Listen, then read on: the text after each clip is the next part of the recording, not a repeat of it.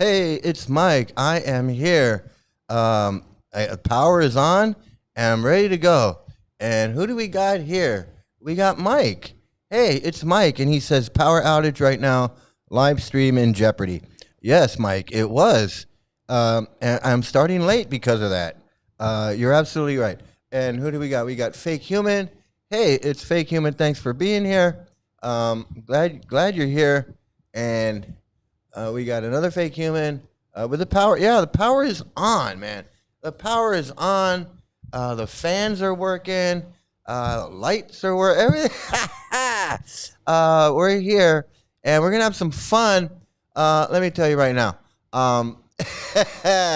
We're gonna have. Where's my fun?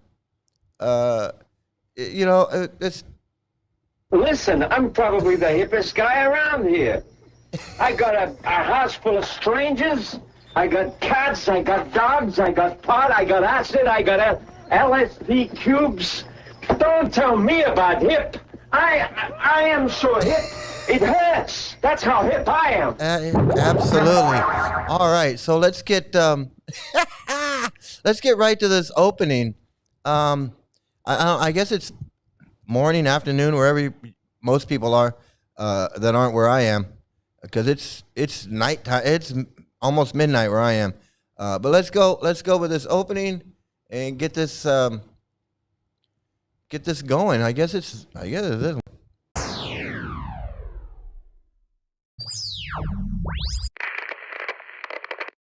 Hello?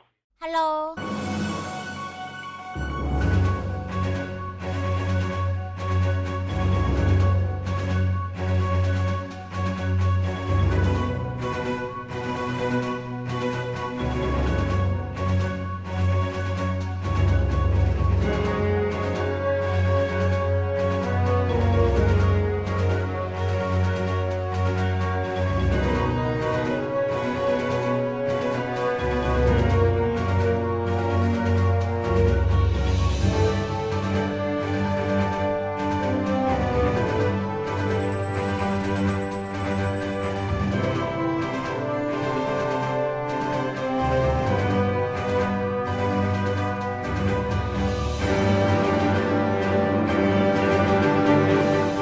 Hey everybody, thanks for sticking that out. We got Jenna Morton. Good to see you here. I told you I'd be back. I'd be back. The power is on. And good to see you. And oh man, good to see you. And then Fake Human, yes, absolutely Fake Human with the deer. The deer is so funny. The deer is so funny. Okay, look, something's going on right now. I gotta cut. This is breaking news. Where's my where's my breaking news? I got so many sounds that I can't keep track. Where is my? I don't have here. Is this it? No.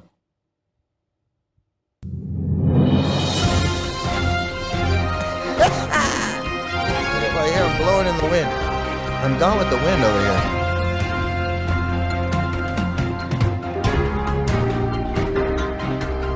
We got. Okay. Hey, we got. No, I'm done with that. Okay, we got this. This is what we got. We got this.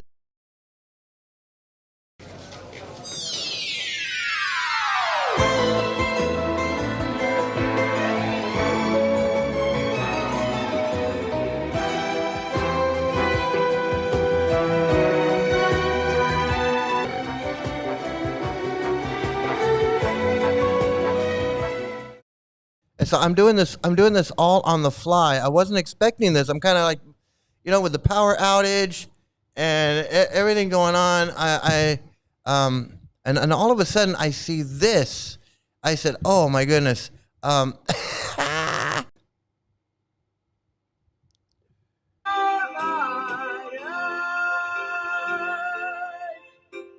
The one who gave me the body of Radhika herself, Guru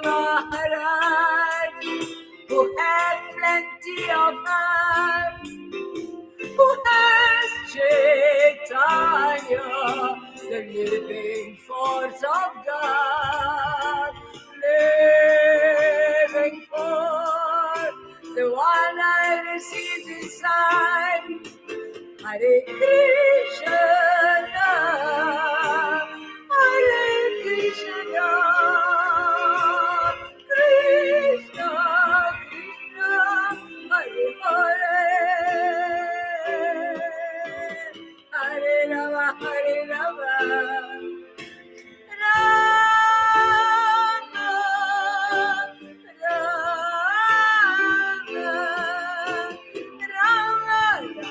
Hare Hare, Rama Rama, Hare Hare, Rama, Hare Hare,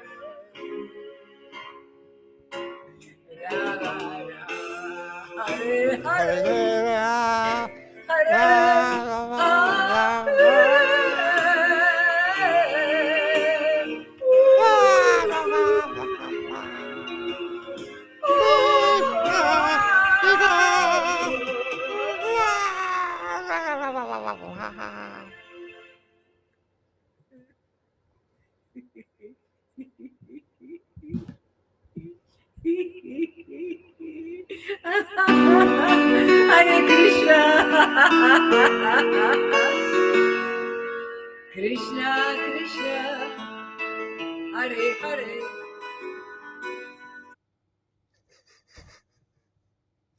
I don't know. I don't know. I don't know where what happened. See, my power outage must have done something to my computer here. I don't know what's going on. I don't have my background. I don't have anything. I'm in the dark now. Wow, this is really. I don't know what's going on. I guess I'm in the dark, everybody. I don't know. I don't know what happened. I'm kind of bummed about this. No, I can't get. I can't get her. I guess I'm in the void. I guess I'm in the black hole tonight. Hey, Howard Johnson, how you doing? Good to see you. And then yeah, absolutely. It's Hotel California. It's Hotel California here. Hare Ram, Hare Ram, Rama Rama, Hare Hare. Glory, glory to my Bhakti Vedanta Paramahamsa.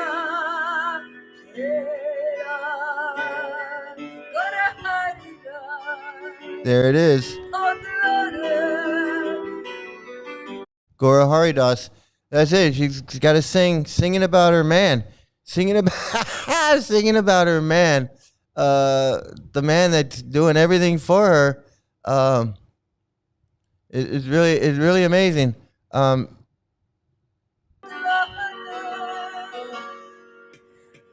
to your bhakti, glory to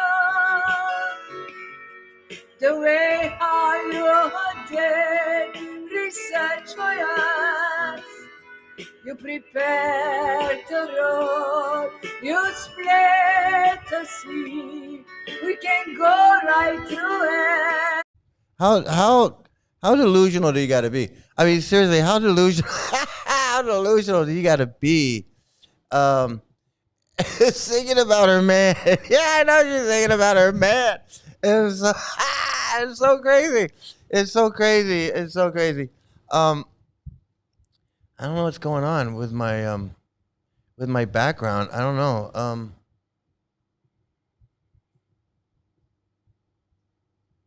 That's what I look like. That's what it looks like when there's. Is this a green screen? I don't know. I don't know what's going on. Can you imagine being so delusional that you're gonna go on YouTube and sit there and sing about this guy who had a dream? Can you imagine your whole spiritual life? is hanging on the idea that this guy had a dream. A dream. He had a dream. And because he had a dream, this is this is happening. And now we can see the face of Radha and Krishna. We can see the dead and feel Krishna prema. Hare Krishna. The mantra became so much more alive right now. Hare Krishna, Hare Krishna, Hare Krishna, Krishna Krishna, Hare Krishna. Hare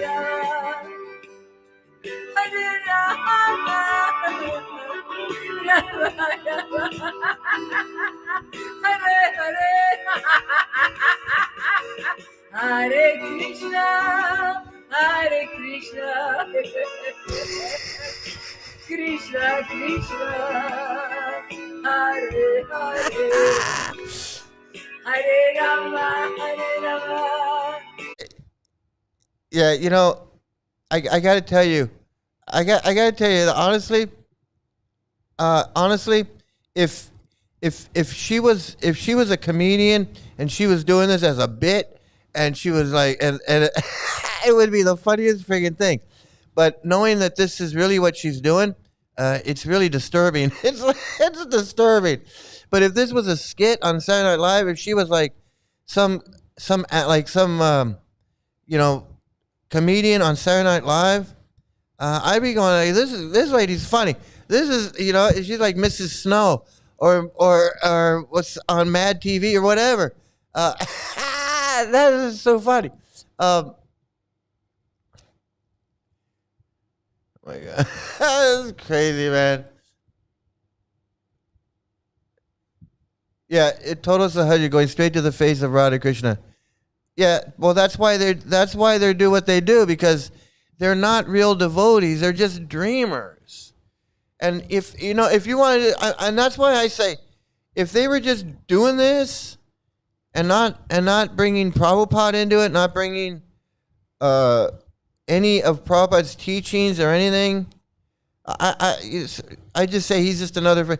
But the fact that he's scamming these people who think that they're doing something that Prabhupada authorized, or that something Prabhupada is in Prabhupada's books, and they're reading Prabhupada's books, it just shows you how much of a scammer this guy is, how much of a lying, scamming piece of shit he is. He can't just say, hey, I'm just making this shit up. Come laugh and giggle and cry while we chant together, because that's what I want to do, and I want you guys to do it too. He can't be honest and say that. He's going to say, no, Prabhupada came to me in a dream. Yeah, Prabhupada came to me in a dream, and this is, and there's a parampara. There's no parampara of dreamers. Show me that list of dreaming gurus. That each guru had a dreamer who had a dream, who had a dream, who had a dream. And they each came to each other in a dream in the parampara. Where is that? Where does that exist? That's why I say this guy's just a scam. This guy's like Jim Jones, David Koresh. He thinks he wants to go head to head with me about Krishna shit? He's out of his fucking mind. He's out of his fucking mind. Oh, man. Okay, so the other thing is this other wacko. This wacko...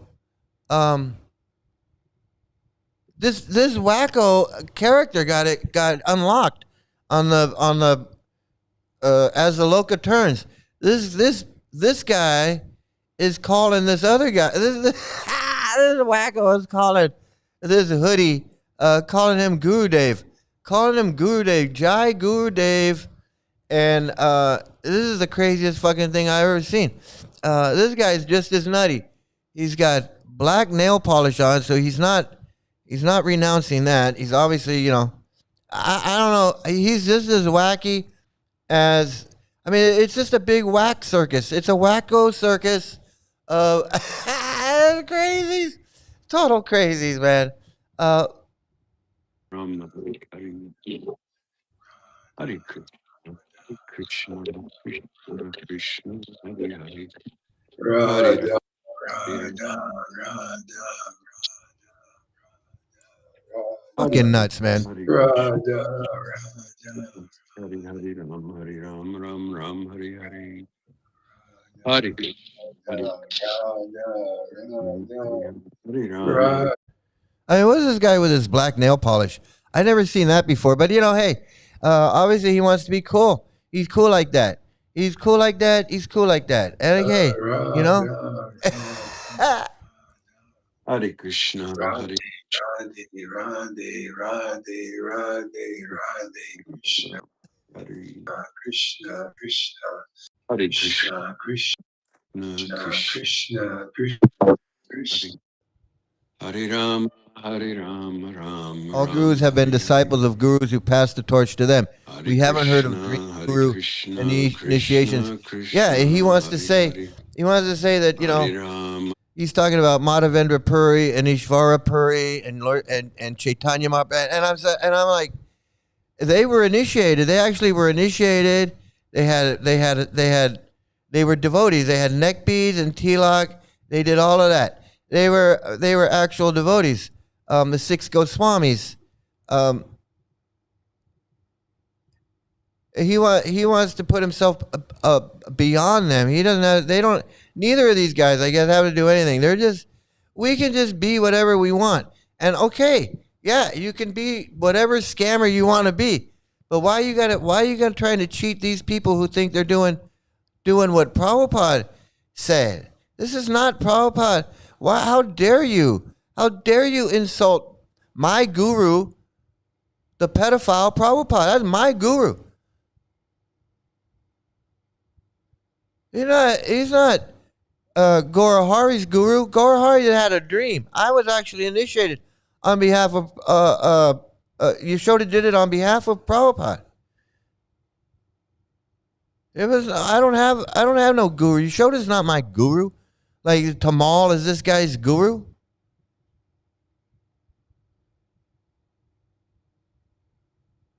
Yeah, it's Colonel Sanders. It's Colonel Sanders. There's Colonel Sanders over here. Colonel Sanders Ananda. It's the guy with the black nail polish. The guy with the black nail polish is gay. That makes Gora Hargi sing. I guess. I don't know if he's gay. I mean, I don't know if he said he was gay. I don't know him. I don't. Does the black nail polish make him? I don't know. I'm not saying he is or isn't. I just don't know. Why can't they do this madness in private? No, they're trying to change the world. They're trying to change the world, man. They're trying to change the world. They want you and they look. This guy says that if anybody who doesn't says if anybody who doesn't do it is a demon, is an atheist and a demon. If you're not worshiping this Gorahari and whatever and chanting and accepting him as a guru, then you're a demon like me. You're a demon, an atheist, and I say fuck him. He's the atheist demon who's not even initiated. He's not even in goddamn parampara. I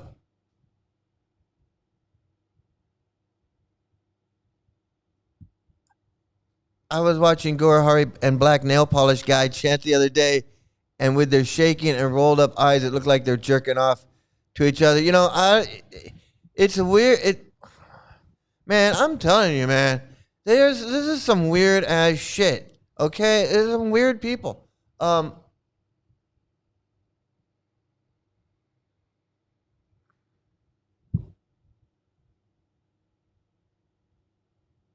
maverick monk. I guess so.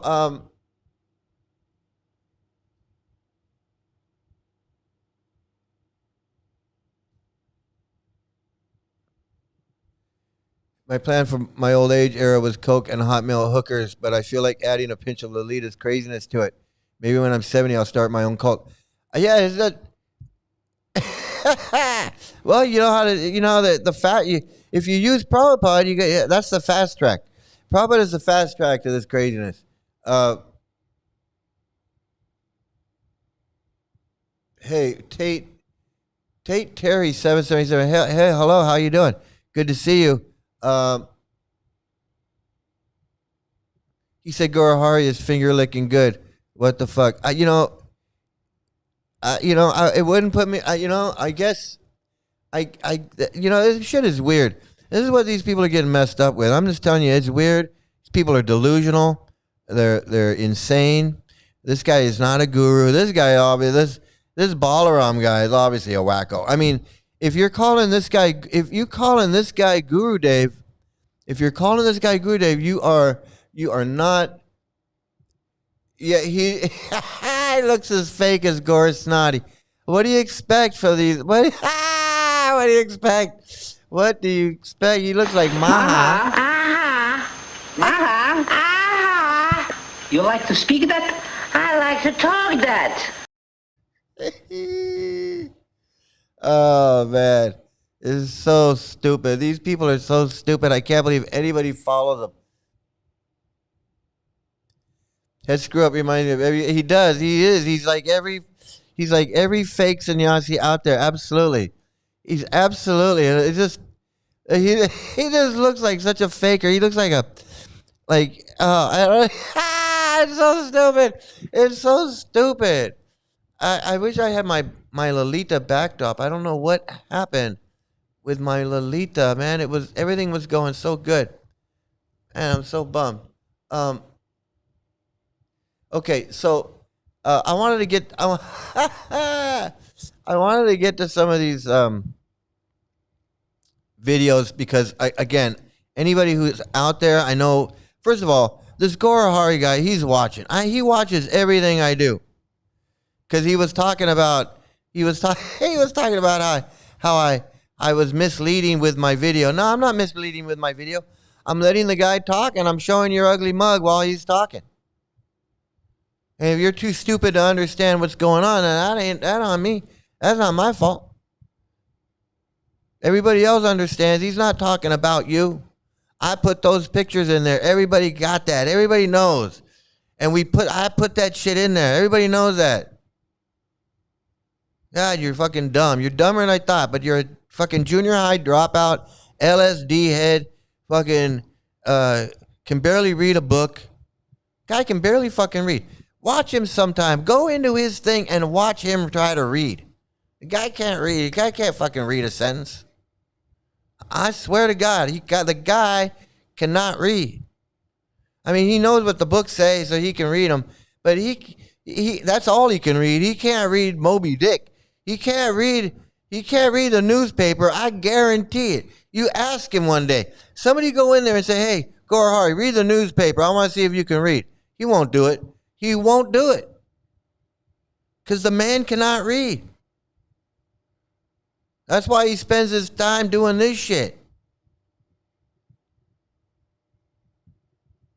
Hare Ram, Rama Rama, Hare Hare. Krishna. The guy cannot read. He's illiterate. He's an illiterate fucking douchebag. You know what? You know what he can do? This is what he can do. This is about all he can really.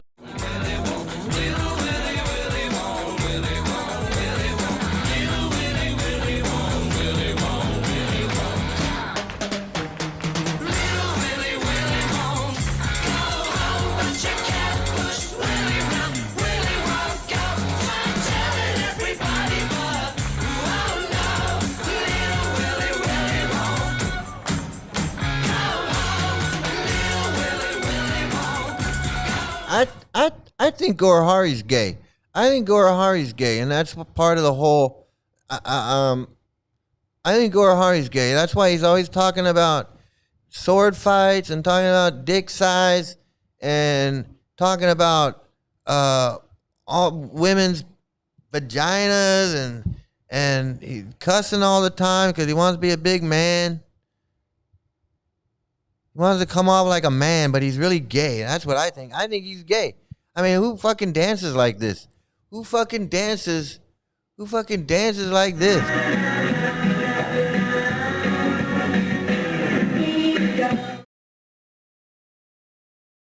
Who fucking dances like that?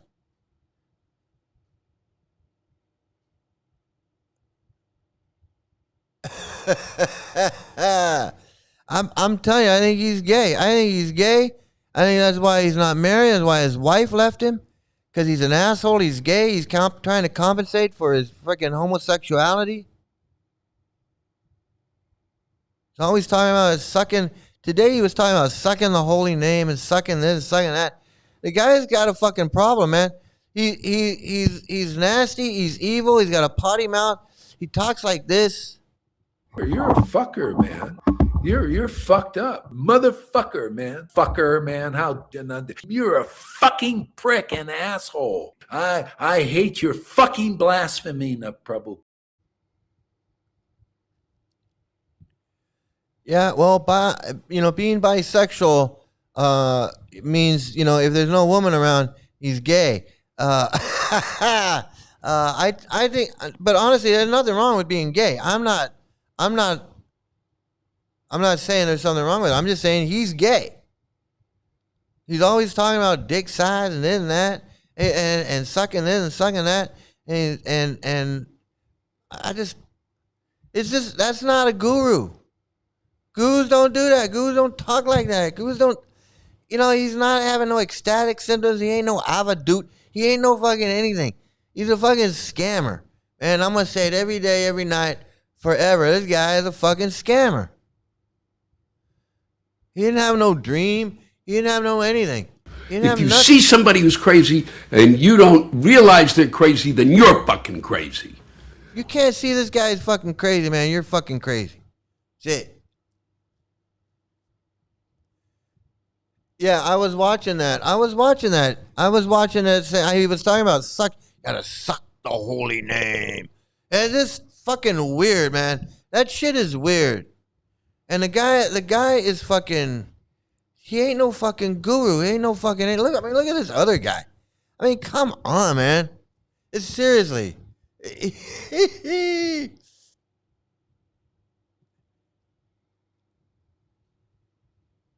Yeah, I think it was during the watch party. I'm not sure. I turned him on earlier because I was just like, man, I got to see what the fuck is going on. And it was just crazy. It's just crazy. Imagine sitting next to Guru on a plane. What a nightmare. He never shuts up. Oh God. Oh my God. Can you imagine being being on the same flight with this guy? And being in the terminal with him, in the area where you wait to board the plane in the boarding area, and having to wait with him, and he's like, I'm doing his fucking thing. What a nightmare! And then getting on the plane, and then him talking and trying to make jokes and doing it. Fucking what a especially now that we know him. Like if we happen to be on the same plane or like anywhere, and you're like, oh, this guy. And I'm telling you, I was trying to put a video together. I swear to God. I swear to imaginary God. I was trying to make a video. I was going to put a video together. I had everything set up. I'm trying to listen for shit that he says that I can use, and I couldn't take it. God damn it, I couldn't take it. I couldn't listen to him anymore. I had to turn that bullshit off. All he does is talk about himself. He's like, read the verse. They start reading the verse. He's like, yes, absolutely. Chaitanya says you got to do this and that. That's why I had a dream, and I'm in the parampara, and I am teaching you. I couldn't take it. My head was freaking gonna explode from this bullshit. And he wants to sit there and act like we had the wrong guru. No, we had the right guru. We had the guru. I had the same guru that I had Prabhupada. How are you going to talk about I had the wrong guru? Prabhupada, my guru. Only difference between me and this dickhead is his goddamn dream. And don't fucking, I don't any Gorahari people out there to think that this guy knows anything other than what you can learn in Prabhupada's books. He doesn't. He doesn't know anything that's not you can't learn from Prabhupada's books. And this shit about Raganuga was bullshit he's making up because he don't know crap. He ain't got no Raganuga Bhakti guru who taught him anything.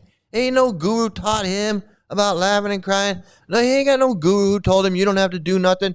He ain't got no guru that told him you don't have to put tilak on. He ain't got no guru that told him, no, it ain't nobody told him nothing. He had a fucking dream. And he's a piece of shit. He's a piece of shit for trying to manipulate you guys into believing in his goddamn dream. I mean, who the fuck would believe in a dream? If your car broke down, would you take your car to a mechanic who said, well, I don't know anything about cars, but you know what? I had a dream, and Mario Andretti came to me in a dream and said, you're a mechanic now, and now I fix cars. Would you take your car to that guy? Fuck no, you wouldn't take your car to that guy. Would you go to a dentist who said, I don't know anything about dentistry, but you know, the head dentist came to me in a dream, and he told me that I'm a dentist now, and now I'm just yanking out teeth and drilling and screwing and doing all that stuff. You wouldn't go to that guy, no way. So you're going to go to a guru who said, I don't know what I'm talking, I'm just like you, but I had a dream, and now I'm better than you because I had a dream. Because I had a dream, I'm a better person than you. In fact, I'm Guru Dave, and you need to put on some black nail polish and call me Guru Dave and call me Maha. Maha. Maha. Aha. Maha. Aha. You like to speak that? I like to talk that. Hey, how you doing? Good to see you, man. I good to see you here, man. People anyway, like any of us know, he only spent 5 years. He only spent 5 years in ISKCON. Yeah, I was like in ISKCON 4 times longer than him. I read more than him. I've done more than him. Did more. So he didn't do any service. Zero. Zip zero. He's done nothing. The guy is a scammer. That's what I'm saying. The guy had never done a goddamn thing in ISKCON. He's scamming so many people out there. Just straight up scamming them. Just straight up scamming.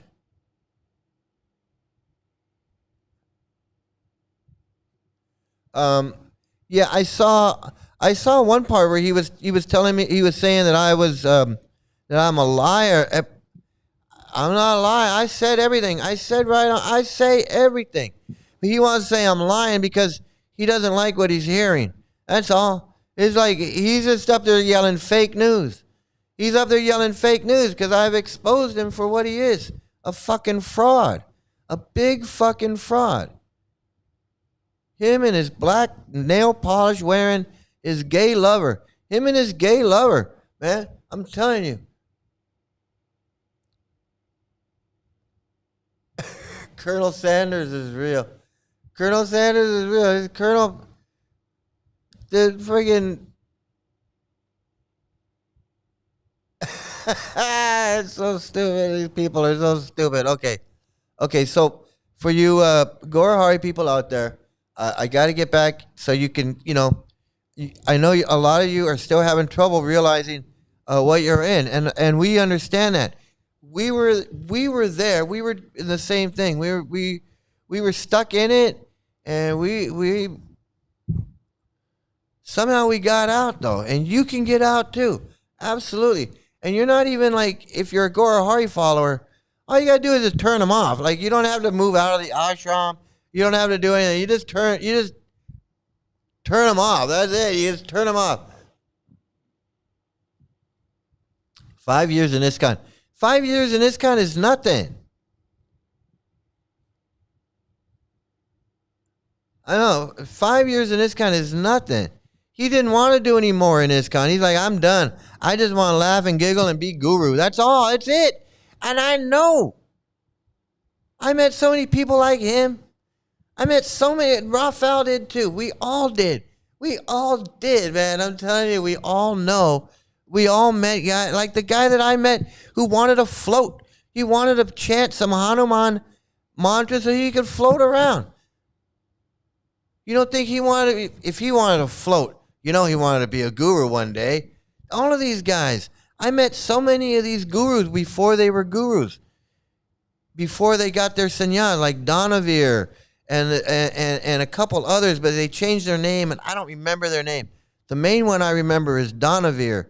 Donavir and a couple others that were in L.A., and they weren't sannyasis yet. They were just adhikari or whatever the fuck. It's so stupid. They were just whatever. And I remember them.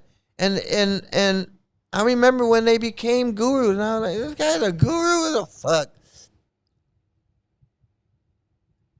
I know, absolutely. It's so funny. It's so funny. I know. It's just walk away. There has been too much violence, too much pain. Just walk away, and there will be an end to the horror. Just walk away. Before I get to the first video, should we just check back on Hot Lips here? See what she's doing? Oh my God.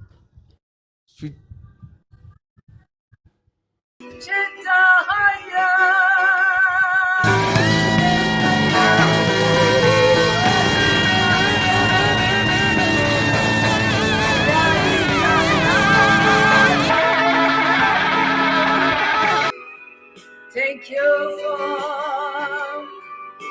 love for God. Snir Levi, that's a Jewish name, isn't it? You can Google me. Yeah, I will do that. Snir Levi. Yes, would love to hear the chanting more. You say, I just burst out in spontaneous laughter. and I spat on my breakfast.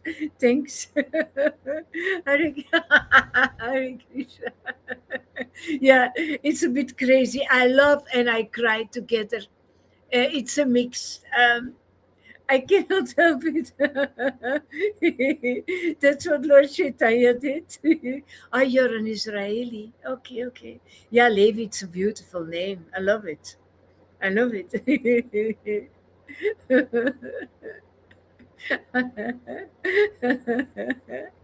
Hare Krishna, Hare Krishna.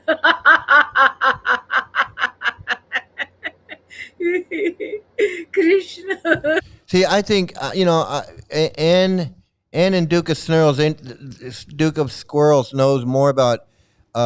They know more about mental illness than I do, but I believe that this is there's definitely something wrong. It's like, I don't know. It's not schizophrenia, but it's schizopathy. It's delusions. It's a lot of things. There's a lot of mental illness going on right here. Oh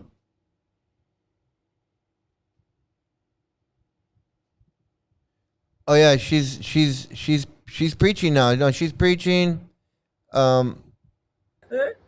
Krishna, Hare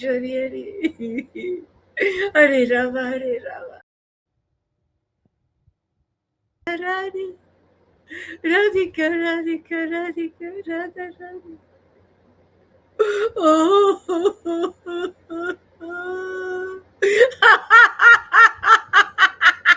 So she actually wants us to believe. She actually wants us to believe, with all sincerity and all honesty, she wants us to believe that when she hears the name Radhika or Radhe, she goes into this ecstatic laughing and crying.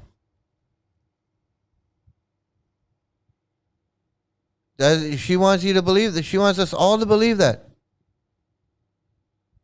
Because Gurudev had a dream. I'm serious. I mean, and if you believe that, like Lewis Black says, If you see somebody who's crazy and you don't realize they're crazy, then you're fucking crazy.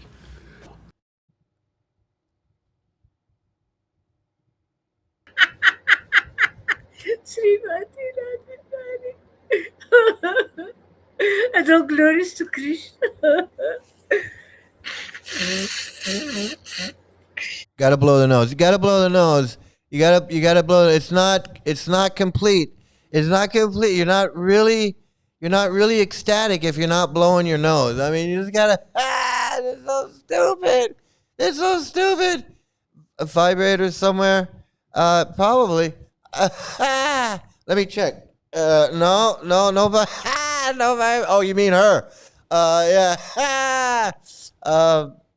God, this is so crazy. Oh my God. I think Lolita might have histrionic personality disorder, but I obviously don't know. One, I'm not a doctor. Two, I haven't seen her in any other setting. Yeah, I wish somebody would watch. I wish a doctor would watch this stuff. Even if the doctor said, "Hey, I don't see anything wrong with this. This is totally okay," which I know they're not. But even if a doctor said, "Hey, this is totally fine. I don't see anything wrong with this," I would be like, okay, doc, if you say, okay, doc, if you say so. If you see somebody who's crazy and you don't realize they're crazy, then you're fucking crazy. I would tell you, I would bet money.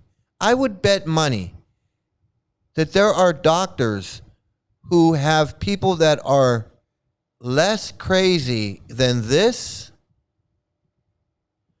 and they are certifiably crazy. I guarantee you that there are doctors that have patients that are not as bad as her, and the doctor would say, "Yeah, I have a really crazy person, and they're not as crazy as this. They're not as crazy as this." I'm telling you. Most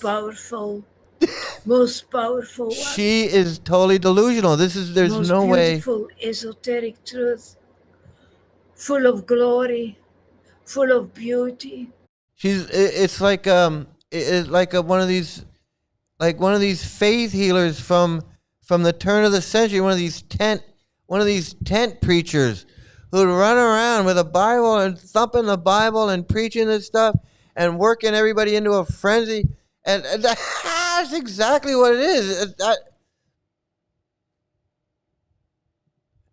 The disease of guru myelitis is very severely rooted in brainwashed individuals. Its hankering for fame, name, glory, and utmost recognition as an advanced bhakta of the Lord. Yes, absolutely, Rafael. This disease really festers in ISKCON because you can be an expert and be somebody and be important, and you don't have to know anything or do anything. All you gotta do is just read these books and repeat this crap, and repeat it in a way that attracts people like this friggin' nut. And the bullshit works itself. All you gotta do is just put in the hours, and then you can become a friggin' nut like this. To the point where even this person who doesn't know jack shit about jack shit can sit there and act like they're the greatest, most spiritually advanced, whatever that means, spiritually advanced, and just call everybody a Vaidhi Bhakti and a Karmi and a Mayavadi and this, and they're just, oh, the Mayavadis are that, and the Vaidhi Bhaktis are this, and the Christians are that, and the Jews, and and they all just suck. They all suck dick, is what he says. They all, and fuck you, he says. Fucker, man. You're fucked up. Motherfucker, man. Fucker, man. You're a fucking prick and asshole. I hate your fucking blasphemy, Prabhu. She's mental. There's no hope for her. I think there is. I think she can be helped if she gets away from this guy. She gets away from this guy, she could get her. She could start to get her life back.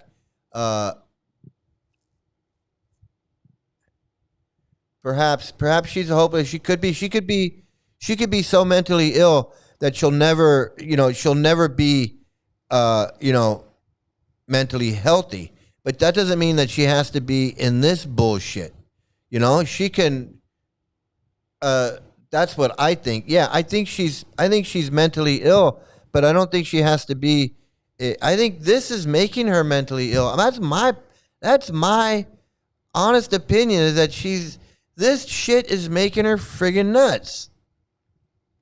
This shit it makes everybody nuts. It makes everybody fucking nuts. Deaf man's pension has been mismanaged. Oh yeah. Maha, aha, Maha, aha. You like to speak that? I like to talk that. Okay, so you Gorahari people out there, I mean, let me give you some hints on how to deal with this guy, although he's watching, but he's too stupid to understand that he's the narcissist. So you can learn this stuff right in front of him. He's too dumb to know. He's too dumb to know. So don't even worry about him watching this. You can learn how to deal with him, and he's too dumb to know that you learned how to deal with him. He won't even know. He's too stupid. Believe me. He's watching right now. Dude, you're too stupid to even learn anything.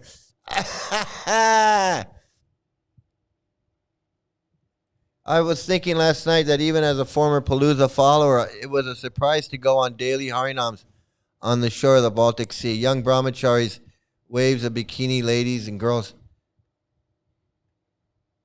Yeah, it's so weird.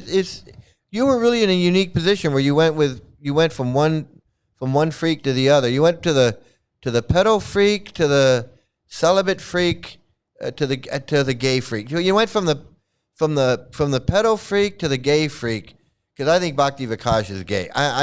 Hugh Turvey is a little scurvy. That's what I think. Hugh Turvey, man.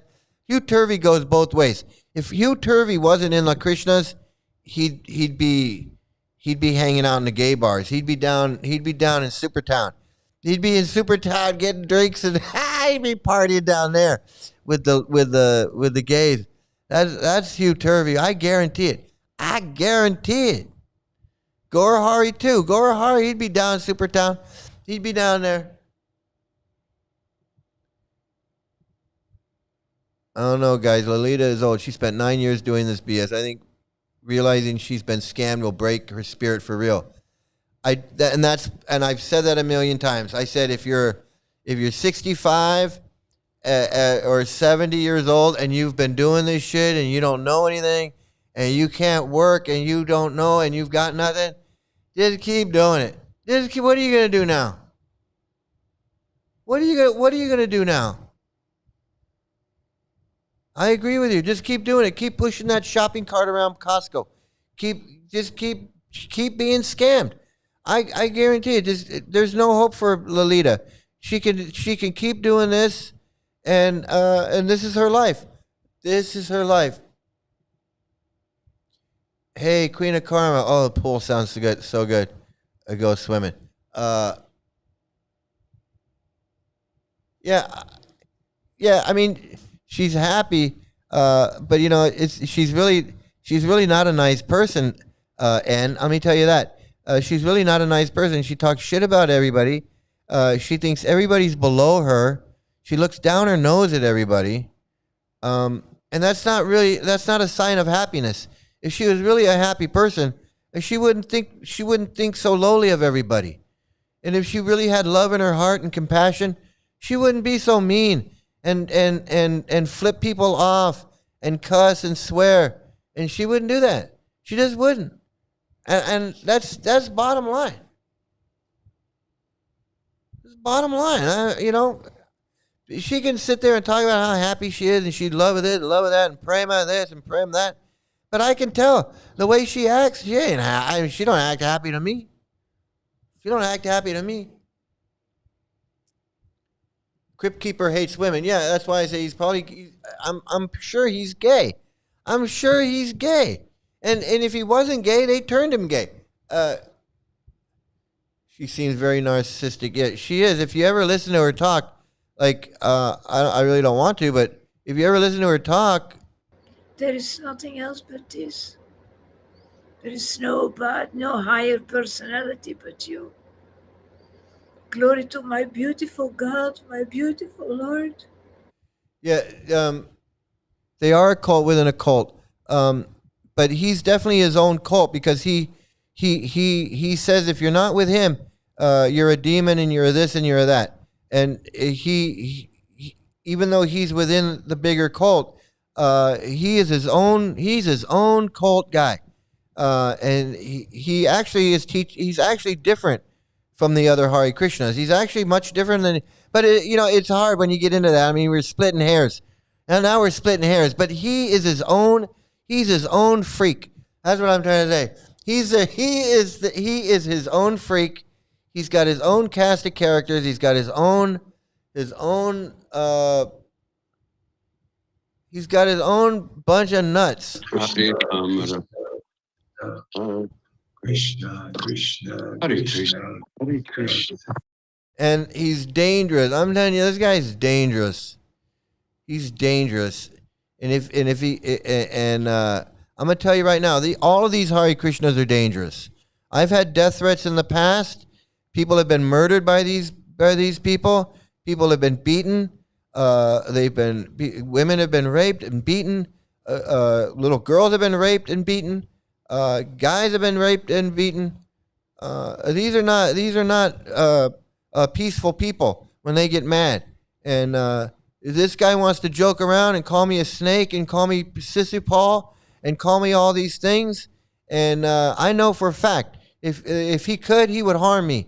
He would harm me for sure if he could, and he'd have his people do it. And I don't think, he could say joke, oh, I want to do this jokingly, or I don't take no jokes.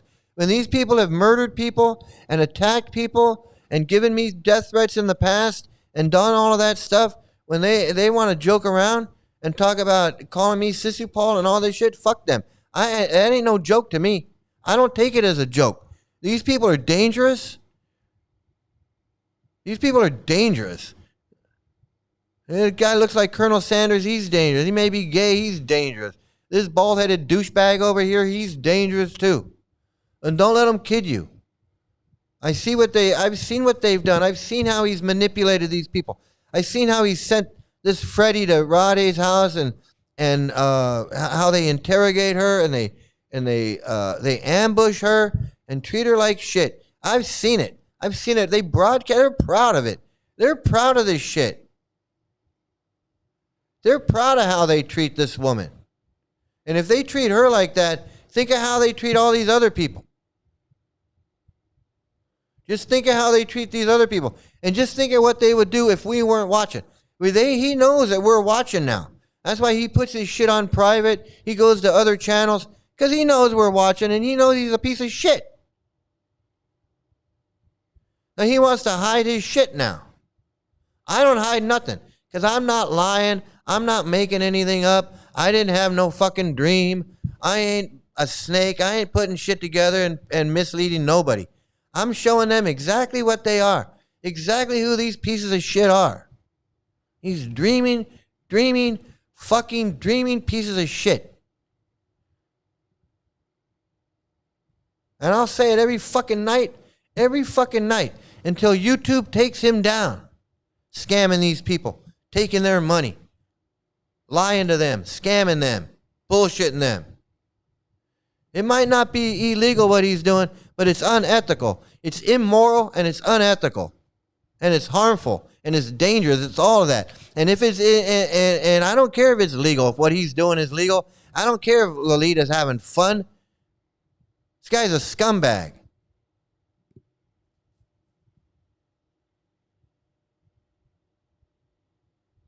He wants to defeat. He says, "I'll defeat him philosophically." He's got no philosophy. He's got a fucking dream. Ain't nothing to defeat. Fucking piece of shit. Okay, here we go. Here's how you can deal with this piece of shit. All you people out there that are YMCA, Hugh Turvey, man. Hugh Turvey, he definitely denies them their essence. He's definitely one of these guys. I do not avoid women, Mandrake. Yeah. But I do deny them my essence.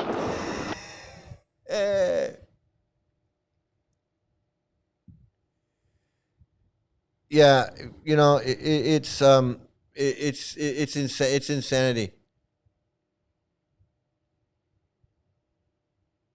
And that's what I'm saying.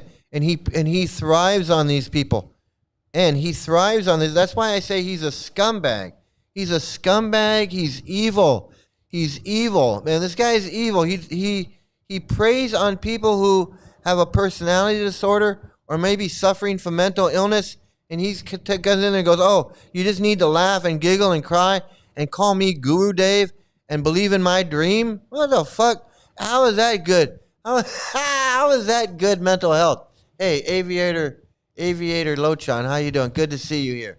Who's that new guy? We don't know. It's some new guy. It's a new guy, man. It's a new guy. He's the deer fondler. That's the deer That's the deer fondler. You heard of the horse whisperer? He's the deer fondler. You want to take a look at him again? Here he is. And Mr. Deer Fondler. He must be the deer fondler right there. That's Maharaj Bharta looking for his deer. Where's my deer? Ah!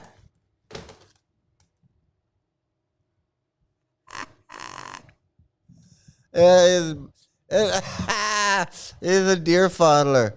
Hey, get that guy away from me. Get him away. I don't like that guy. He looks familiar. I think he was like rubbing my ears one day. I was out in the field, and I was just kind of, just munching on some leaves, as I do now and then. I munch on some leaves, and I was just kind of, I was scratching myself. I was kind of, trying to get the flies off of me. And this guy comes along, and he's like, hey, dear, how big's your weenie? And I was like, hey, man, I don't, my mom told me not to talk to people like you. And he's like, hey, it's okay. I bet you got a big weenie. And I was like, I'm out of here, man. I'm out. I was just, I'm out of here. I'm out of here. This is fucking stupid. The ball baller. Can you believe these guys are fucking with the deer, man? They're with the deer. It's with the deer. With the deer. With the deer.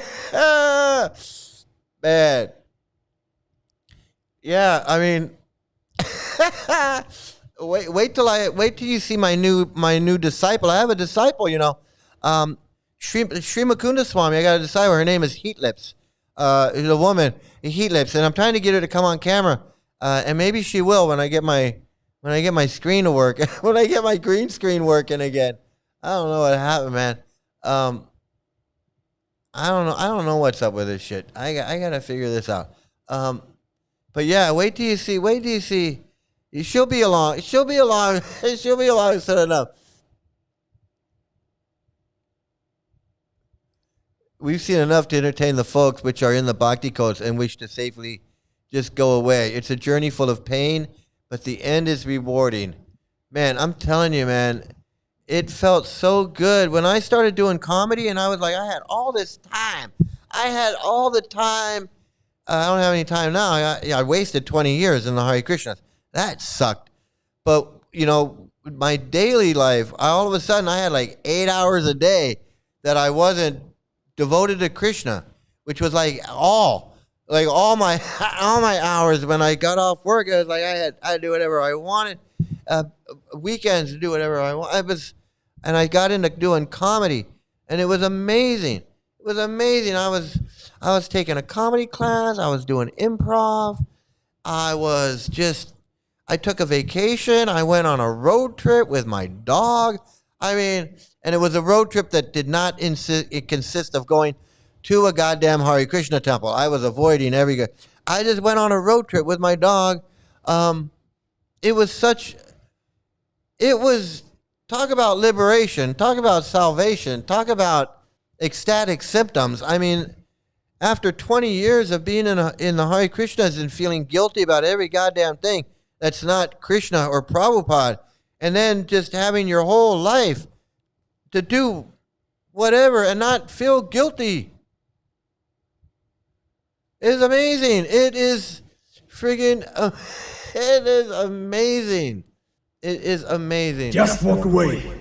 There has been too much violence, too much pain. Just walk away, and there will be an end to the horror. Just walk away. Uh-oh, commercial. Hey, I'm going to let this commercial run. No, I'm just joking. I'm not going to let it run. Okay, here we go. By the end of this video, you're going to know exactly what to say to a narcissist and how to say it in order to shut them down permanently. Let's get started. Hey friends, Tammy M. Joyce here, empowerment life coach, creator of the Freedom Class and the Ascension Class. If you're new to my channel, welcome. Please take a second to say hello and introduce yourself in the comments section below. And if you're back, thanks for showing up and for tuning in. Either way, please be sure to subscribe and hit that bell to be notified when I post new videos throughout the week. So let's talk about what to say to a narcissist to shut them down and shut them down permanently. Now remember, when you're dealing with a narcissist, you're actually dealing with an entitled, childish ingrate who lacks boundaries and has very little, if any, empathy and conscience. In addition, you're dealing with a master manipulator, someone who is willing to go to any lengths that you and I cannot even fathom. And, oops, what happened? 5 coders, ready to build more? It went to another commercial. I'm sorry, guys. Prompted. Just to get their way. Look, not only are these gurus master manipulators, they're all of that, and they're master manipulators, but they have something else, which is the spiritual. They have the scriptures. They have that spiritual blackmail. Your faith, your love of God, your faith in God. You're wanting to be a better person. You're wanting to be a spiritual person. You're wanting to advance on this path of bhakti or whatever it is. And they hold that over your head as well. And that is a spiritual blackmail. So they got all that other stuff, all of that other horrible stuff, plus they use religion and scriptures and verses and Krishna and this love of God and this Krishna Prem, and all of that crap. They use that against you. They're using it against you. When they're preaching, they're not preaching to elevate you and bring you up to some level of God consciousness or any of that bullshit. They're preaching to control you, to control your mind, to control your behavior, to control your thoughts, to control your emotions, to just completely control you. 100%. And they do it in the morning, the afternoon, the night, as constantly. That's why this Guru Hari wants these people in his class. Where are they? How come they don't turn on their fucking cameras? Where are they? How come they leave? Oh, you guys will just leave if you don't come in here. Because he knows he's got to keep at it. Fucking manipulating pieces of shit.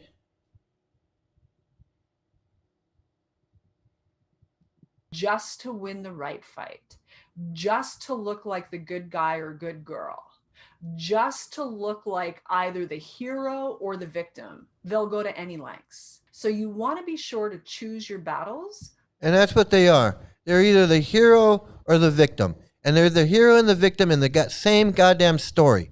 They're the victim because everybody hates them because they're preaching the Lord. They're preaching the Lord and they're the victim. Everybody hates us. Everybody spit on us and they call us this and they call us that. And Mike says we're crazy and everybody says we're crazy. But what can I do? I got to serve the Lord. I'm trying to serve the Lord and I'm just a victim. But yet I'm the hero. I'm also the hero because I'm giving mercy. I give mercy to everybody. I do everything for everybody. I'm just so great. I'm just so wonderful. I'm the victim and the hero in my own goddamn story. Fucking pieces of shit. Wisely. And I'm going to be dirt honest with you. More often than not, it's going to be in your best interest to simply back away. Quietly, no sudden movements, stay under the radar. And once you get away, stay away for good. Truly. That's always going to be your best bet with these creatures. And that's what Rade can't do. She can't get away because her husband's right there. Her husband's right there. Fat Freddy's right there. Lolita's right there. They come, they ambush her, they bring her in, they put her on the camera, they make her do hostage videos and tell the world that you're okay. Tell the world that we're not holding you hostage. Tell the world that we're feeding you and we're keeping you good. Tell the world that your husband is a nice guy.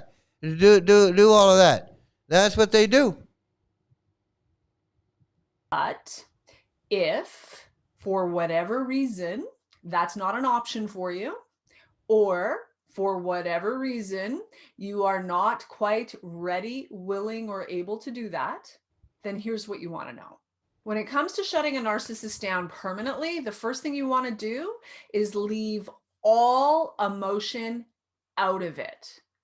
Do not, under any circumstances, react to their provocations. You want to deal with them like it's a business transaction, no matter who they are.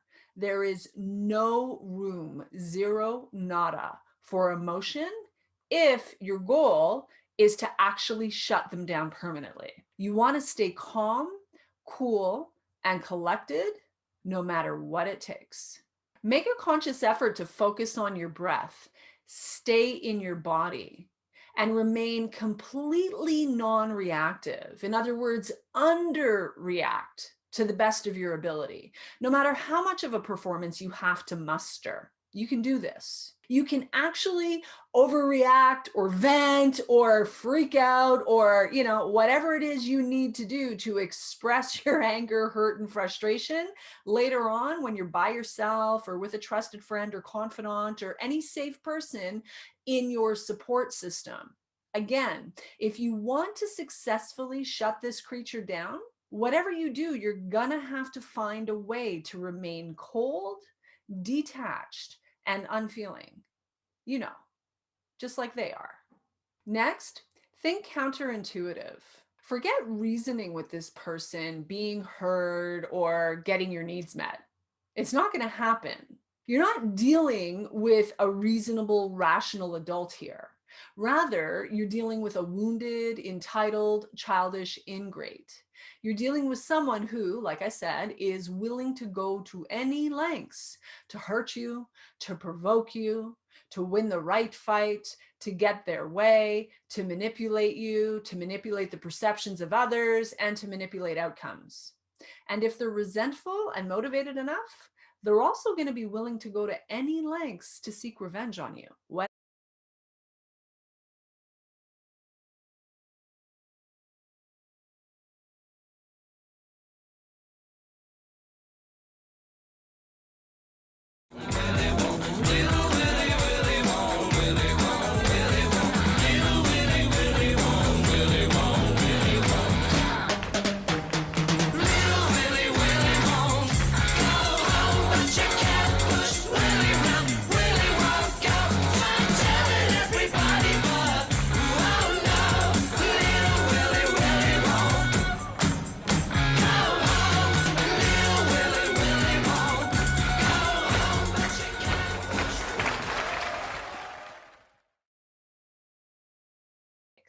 And that's probably the last thing that you need.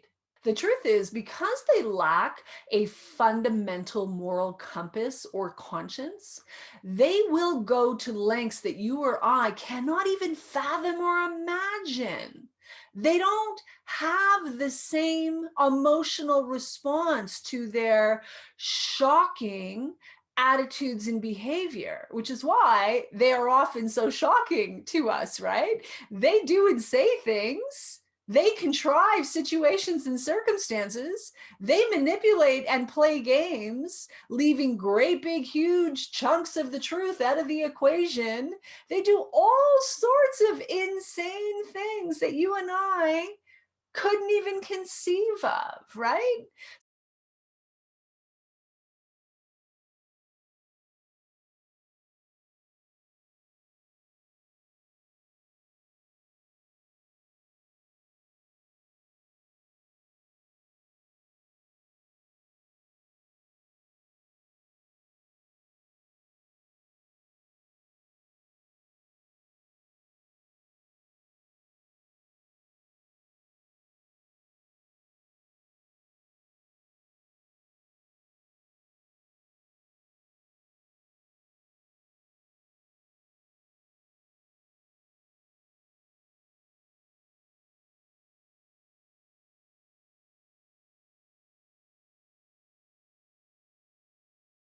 The point being, forget showing up with your big heart and all that love that you carry and all that empathy that you carry.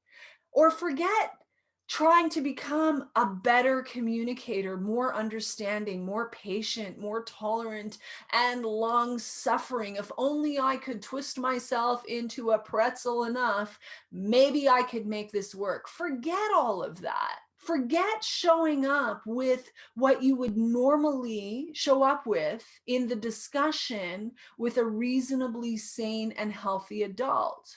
Forget bringing that to the table of a destructive narcissist. You're not dealing with a reasonably sane and adult and rational adult here, right? So everything that you would normally bring to the table of that conversation with a relatively reasonable, sane, rational, healthy human being isn't actually going to work with this person. Sorry about that. It automatically muted me. What I was saying was a normal, rational person does not think that a dead person comes to them in a dream and gives them special spiritual knowledge in a dream and then makes them a guru in a dream so that they can go and manipulate. That is insane. That's insanity. A normal person doesn't think that. And a normal person, a normal person doesn't try to convince other people. A normal person doesn't try to convince other people that they had a dream of a dead guy and that dead guy made him a guru. That's not normal. It's just not. It's just not normal. Forget all of that. What you want to do is the exact opposite instead. That's what I mean by counterintuitive. Now, to shut them down, here's what you want to do.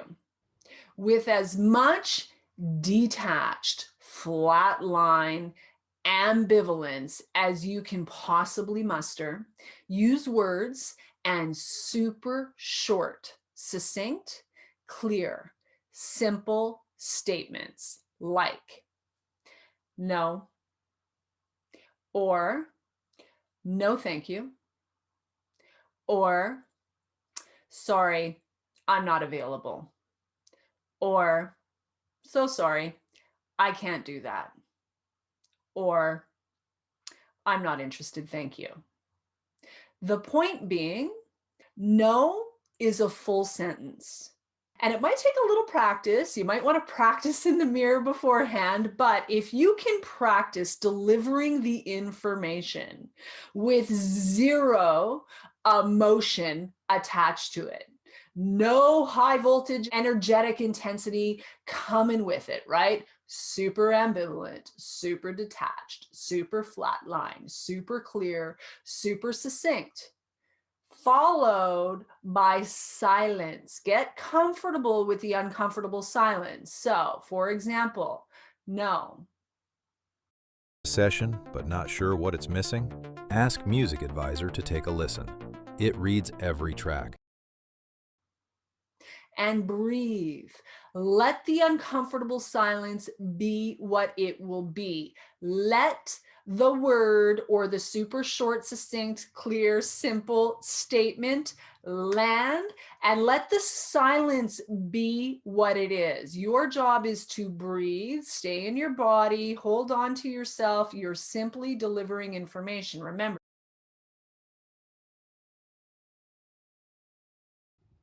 I legit can't believe Gorahari went ahead with that lame dream story. And what's even crazier is that he actually found people who buy into it. I agree with you. I agree with you. I agree with you 100%. And I say that's why he's psychopathic. That's why I say he's a psychopath. The fact that he has this dream story and he's sticking with it, he wants everyone to accept it, and not only does he want everyone to accept it, but he said that because I don't accept it, that I'm a demon. And that anybody who doesn't accept it is a demon. A rascal, a fool, all this stuff. And he thinks he's the Ayatollah, or he's Prabhupada. He can just declare who's a demon and who's not. And then some wacko starts trying to track people down. Well, my guru told me that these people are demons and I got to kill them. Don't tell me that people don't do that. People do that all the time.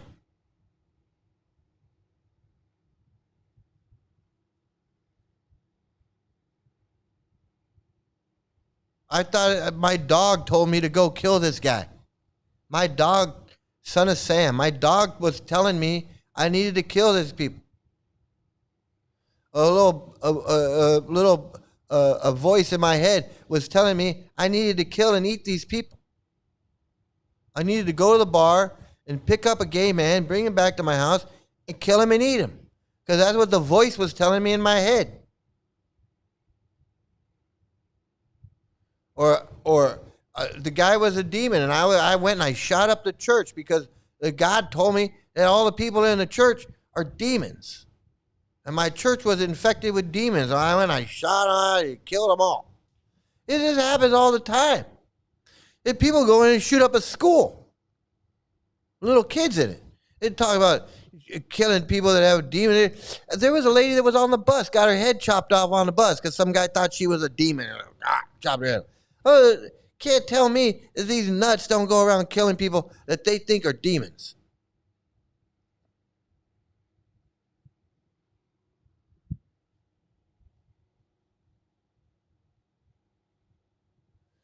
The gurus at Narayan Sangha always talk about how they dream.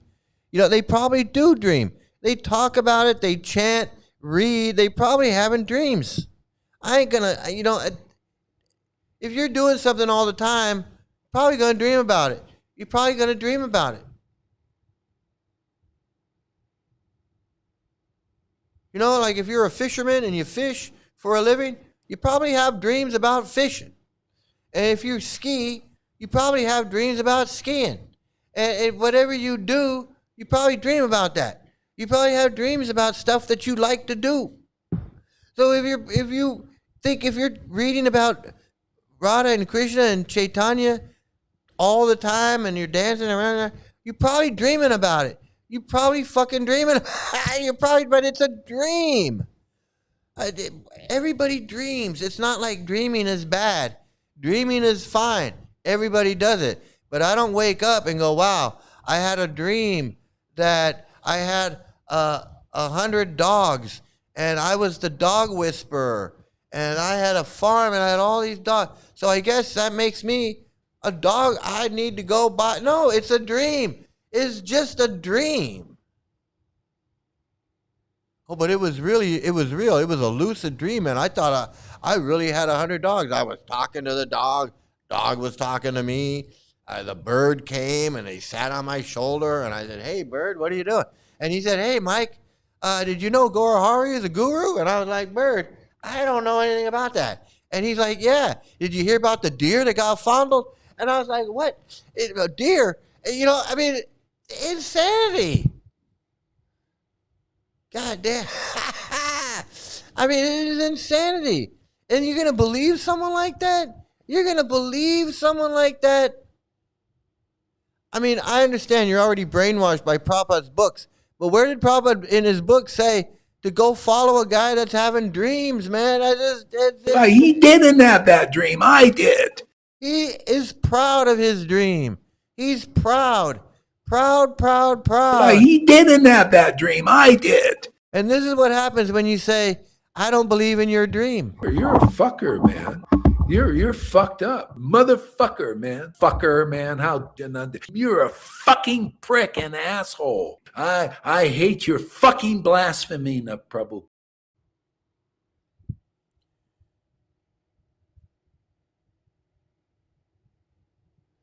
I'm less and less surprised by any bhakti cult freaks.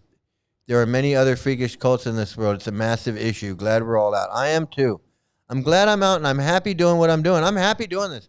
I'm happy exposing these freaks, whether it's Harvard dumbass or Hugh Turvey or Brian Tibbetts, Howard Resnick, whoever. Little Willie. I'm so happy. I'm so happy. He's got there's 8 million demons in the world and 5 knuckle and 5 knuckleheads, man. It's so stupid. He's so stupid. I can't believe anybody calls him Maharaj, man. Here we go.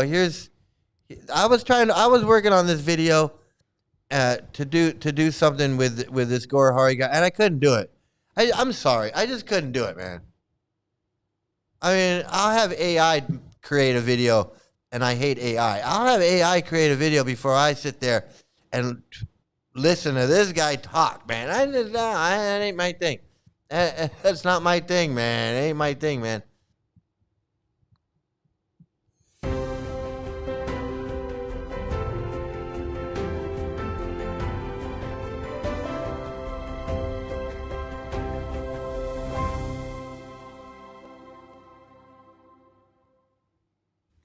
You ever think of yourself as being someone who's been trained to think and behave and respond in the ways that you do? If you have an ongoing relationship with a narcissist, and I hate to use that word relationship because that's a really rich word and it's not really a relationship. But anyway, if you are engaging with a narcissist in an ongoing way, they're trying to train you to be a certain way. They're trying to train you to meet their needs in a particular kind of fashion. Let's understand that a defining feature of narcissism is manipulation. They're out there trying to manipulate you in whatever way they can so that they can maintain the control position and feed that self-absorbed ego that they bring to the equation. And basically, they approach you with the thought that says, I have my needs and it's your job to comply with me. And they don't have a real strong sense of reciprocity. They may at times let you think or feel that they're willing to compromise with you or concede or go with the flow with you. But ultimately, what they do with you tends to be little more than a manipulative ploy. I can trade for you. How? I find the crate, I show you what and why. You say yes or no, I do the rest. What do I need to start? $20 in your account. I really hate That's this what I trade commercial with. too. This one's really When I getting find on my something, I come nerves. to you. You read it, you decide. That's it. Experience. It's like replace the Tai Chi Now, guy. I know it can sound rather cynical to say that that's the way they are, but that's part of narcissism. They lack that empathy, and there's this all about me kind of mentality, and as a result, these are individuals that are highly predictable. They're very codependent. They would never say that to save their life, but when I say codependently, their mood is directly tied to what you give them, and they want you to play your role so that they can go away feeling okay and superior and all the rest. Now, as long as they have this kind of... And, I gotta say, when we watched him, this Gore Hari guy, with Radhe, interrogating her, trying to get her to come on and say that she's, not she's not in a cult, she's not being scammed, all that shit. And that's what it was all about. It wasn't about her and her, it didn't have anything to do about her. It had to do with him getting her to do what he wanted, which was to say that she likes it. She's in the group. She, calls him Guru Dev, and all three times when they were interrogating this poor woman, that was the whole goal. The whole goal of he didn't care how she felt. He didn't care what was going on in her life. He didn't give a fuck about, we didn't hear him say anything about, how's your relationship with your husband? You guys getting along, everything good with you guys? And nothing like that. He didn't ask, he didn't give a fuck. He doesn't give a fuck about that. All he gives a fuck about is himself. He wants to know, he wanted to make sure that she was still in the group. Because if she's not in the group, it makes him look bad. And it makes me look good because she reached out to me. So that's just a double whammy. Not only does he look bad, but I look good. That's like double good. Or double bad. You can't have any of that. They had to badger her and badger her and badger her until she got back in. And now I don't think she's in. I think she's out. And she's always going to be out. And I know she's probably watching right now. So how you doing? Good to see you. I understand you can't comment because they're watching. He's watching. Everybody's watching. Everybody watching everybody. Can you imagine, Raphael, what it'd be like if Fake Human was watching to see if N was in here, or if Raphael was watching to see if Weird Planet was here, or if Tim was watching to see if N was here, or AJ was watching to see if Gary was in here, or Struth was in here, or Queen of Karma was watching to see if AJ. I mean, this is fucking insanity, okay? You can't tell me that's not fucking nuts. You just can't. You just can't. You can't tell me that that's not nuts. That these people are not fucking insane.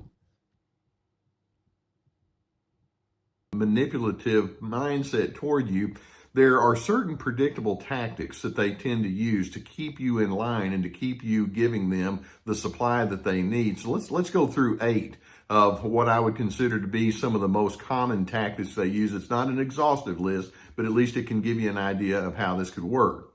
For example, number 1 is they try to manipulate you into their schemes. They can use the buddy tactic. It's like, you know, you and I, let's be pals. And I want to be your friend, and I want to make sure that you know that I think well of you. So they may sometimes do favors for you, or pay compliments, or seemingly give some concessions and act in a very serving or kind way toward you. But unfortunately, what seems to be good on the surface actually has its hidden agenda behind the surface, because it's a ruse. And again, I know it can sound a bit cynical, but in the long run, narcissists are after that control, and the buddy technique can be a part of their way of trying to pull you into their orbit. A second tactic that they can use, and that is they can use offer you what I would call intellectual empathy, which is not the same as true empathy in the classic sense of the word. The intellectual empathy may be something like, well, I know that this is very important to you, or I see that this is something that really bothers you, so let's take a look at that. And intellectually, they can say, okay, this is something that I see on the inside of you. But true empathy is wanting to know you from your vantage point, so that that individual can get in there and experience life with you and have kind of an arm around the shoulder, if you will. Narcissists will use a phony intellectual empathy, and they want you to conclude, wow, what a really nice person. You seem to really know me. And yet it's empty. And sometimes they'll even use what I call empty promises. It's like, well, you know, as long as we understand what's going on, then things are going to be good.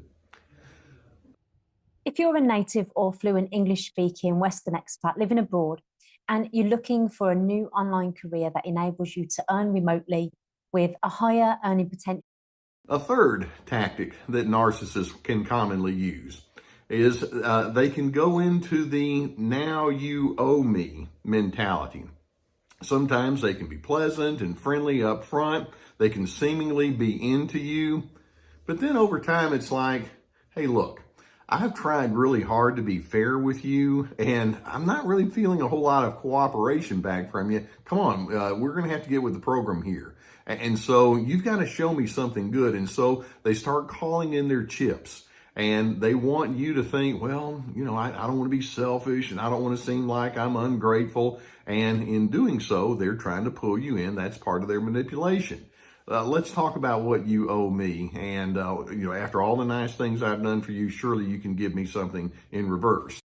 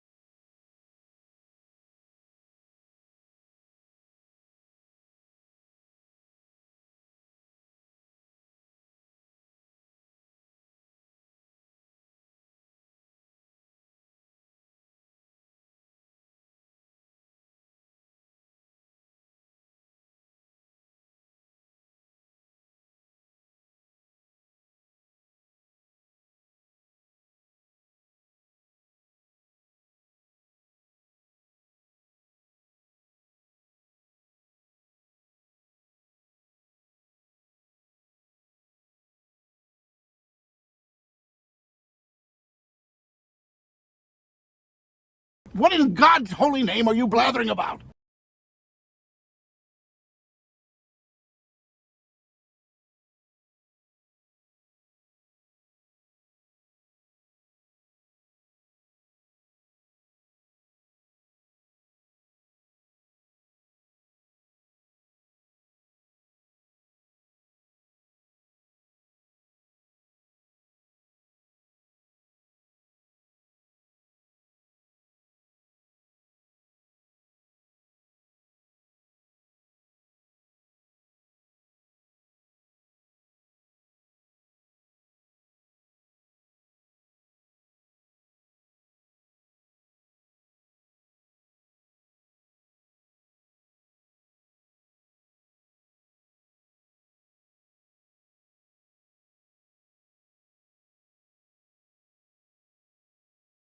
I'm muted. I'm muted. Oh my goodness.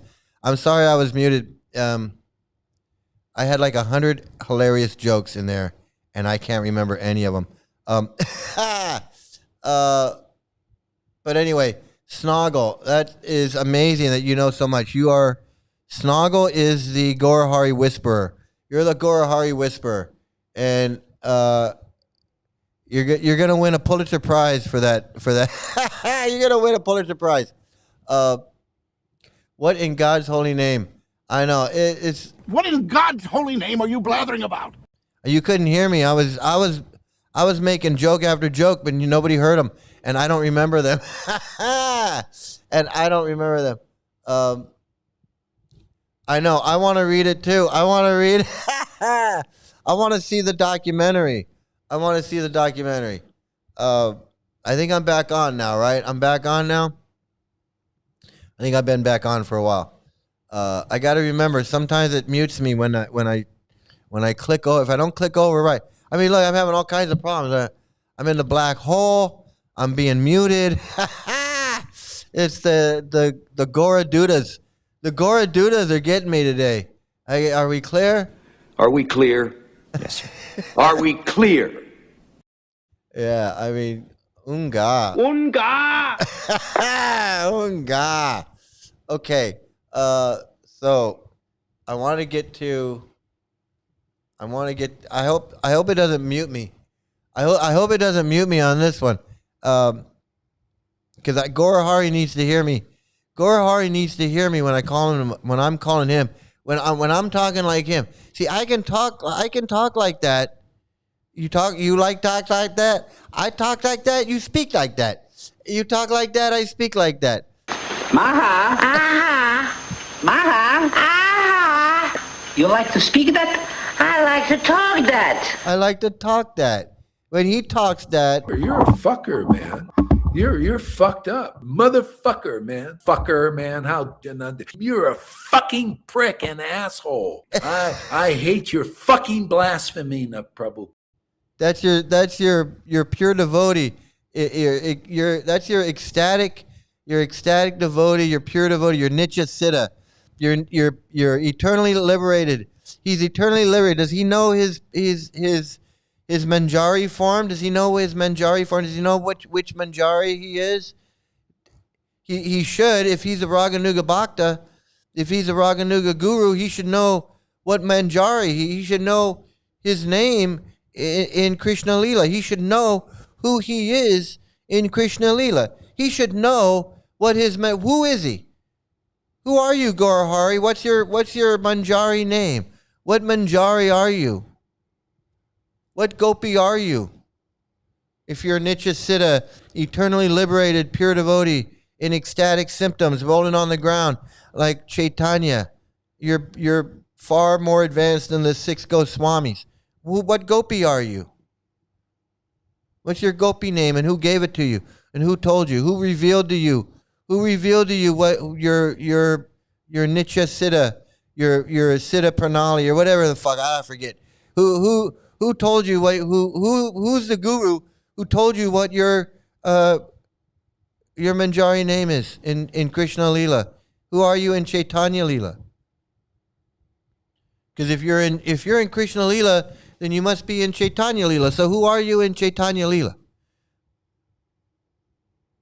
You're so smart. and tell us who revealed that to you. Tell us who revealed it to you. You think I don't know? Think I don't know? Yeah. Oh, it's like, yeah, absolutely. It's absolutely like that.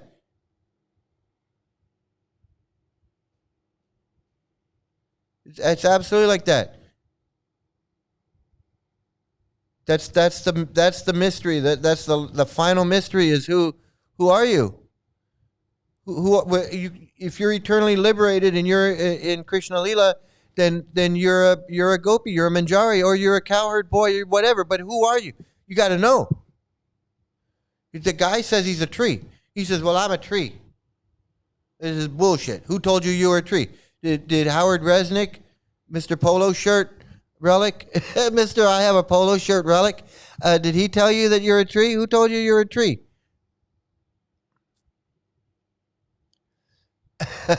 You can. One follower is so crazy.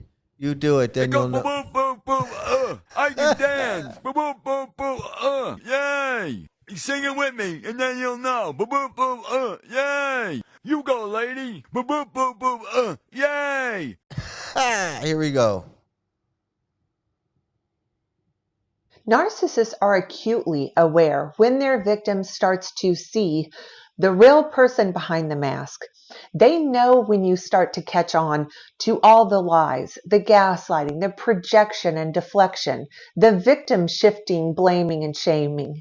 They know their mask has slipped and that you have had a front row seat watching their true self come out of hibernation.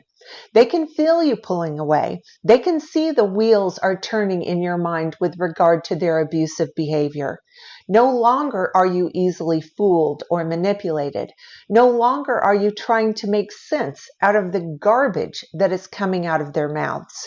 And they know their days are numbered and that they have to make a move.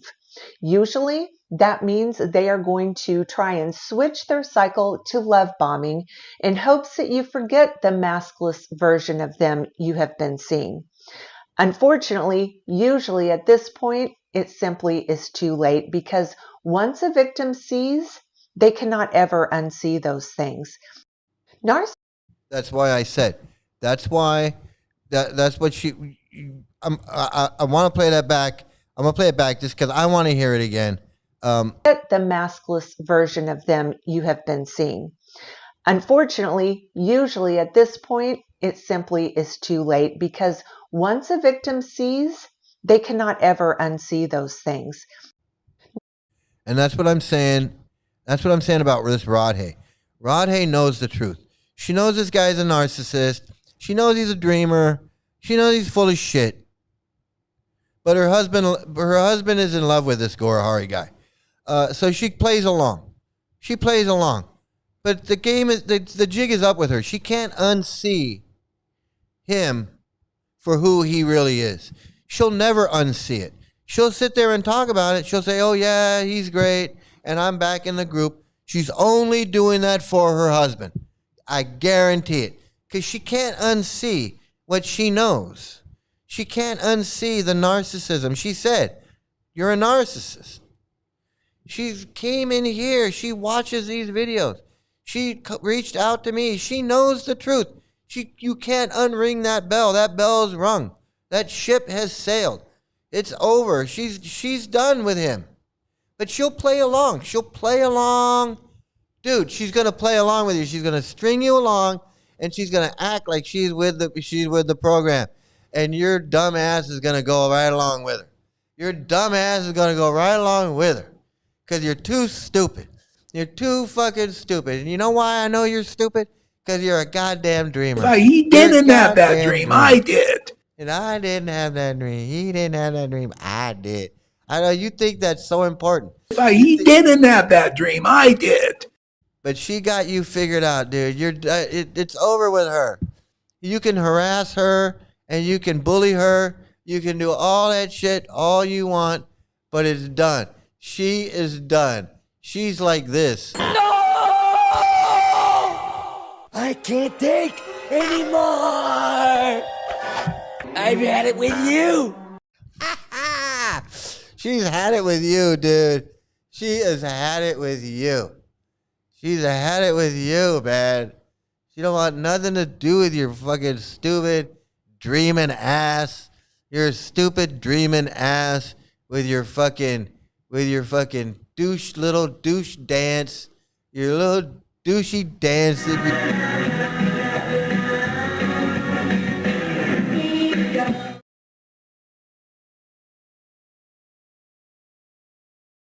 Fucking prick, man. What a fucking prick. Okay, so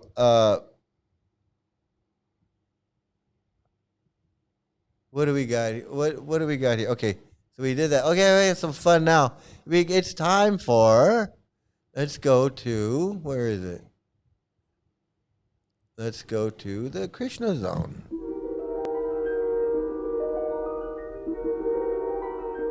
There is a fifth dimension, beyond that which is known to man. It is a dimension as vast as space and as timeless as infinity. It is the middle ground between light and shadow, between science and superstition, and it lies between the pit of man's fears and the summit of his knowledge. This is the dimension of imagination, of imagination, of imagination, of imagination. All right, here we go. Let's see what we got here. I got a couple. Let me see. I got a couple already. A couple that are ready to go. Let's see what they are. So stupid. Okay, you ready for this, everybody? Are you ready for this? Okay, here we go.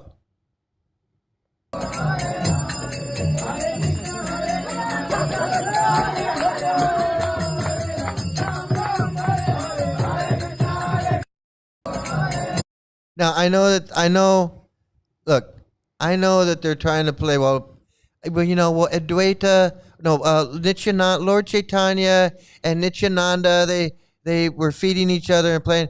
This is gay. This is the gayest fucking thing. It's gay. And I'm not saying gay is wrong, but they think it's wrong. But it's just gay. They're just being they're homophobic gay. They're I don't.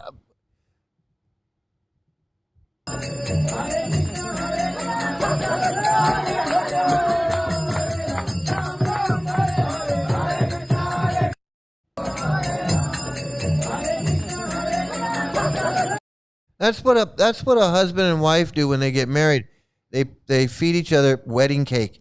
I don't know what the fuck this is, but I know all the Hare Krishnas out there, all the Vaishnavas are gonna say, well, that was the pastime of it. It's gay. It's a gay fucking pastime. I don't care. I wouldn't if I was sitting around watching the Super Bowl or watching anything with my buddies. I ain't letting him push some fucking cake in my mouth and I'm going to push him. No, I ain't doing it. I'm sorry. That's something I do with my girlfriend or my wife or, maybe on a date if the date's going really well, but not like this. What the fuck is wrong? I'm just saying, what is wrong?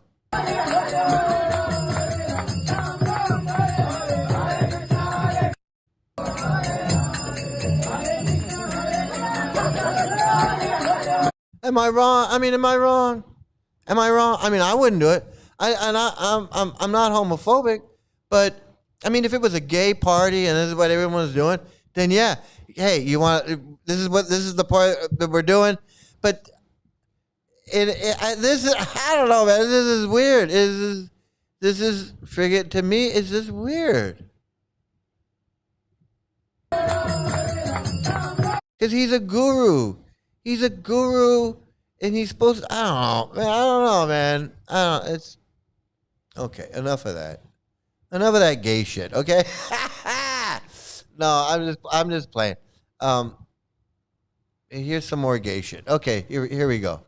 Here we go.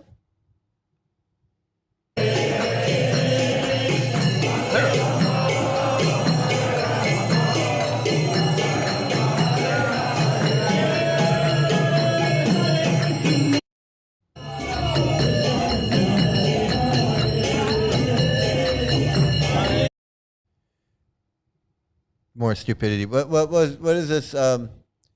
Yeah, Mahavishnu Swami from the UK, GBC for Nepal, doing his Cakapalooza. Is Cakapalooza fucking stupid?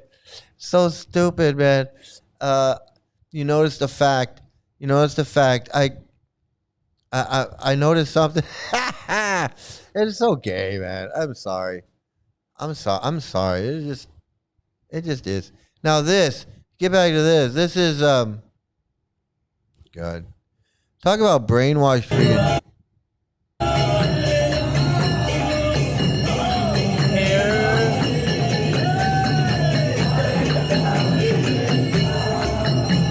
It goes boom, boom, boom, boom. I can dance. Yeah. Sing it with me, and then you'll know. Boom, boom, yeah. You go, lady. Boom, Okay, so boom, boom, yay. okay, so that's more gay activity. I don't know. It's just gay to me. And I'm gonna. They say, well, men have been dancing like this for thousands of years. Yeah, well, they were gay. And I'm not saying there's anything wrong with being gay, but you guys are totally homophobic, and yet you're doing the gayest shit there is. This is some gay shit. Men dancing around in a big circle, holding hands, doing this. It's gay. It's gay stuff, man. It's just gay. It's Bengali gay. That's what it is. It's Bengali gay. And again, I'm not saying there's anything wrong with it, but just admit it. And don't be homophobic. And say, hey, homosexuals can be, hey, Rafael, you leaving? I'll probably have to go back to home. Yeah. Oh man, be safe. We're having storms here too. I'm having storms here too. Shopping at Walmart looks more ecstatic than that. Boom, boom, boom. It's now. I guess that's the fact that I know it. Again, I'm not saying anything wrong with being gay, but they're gonna do this. They're gonna do this gay stuff.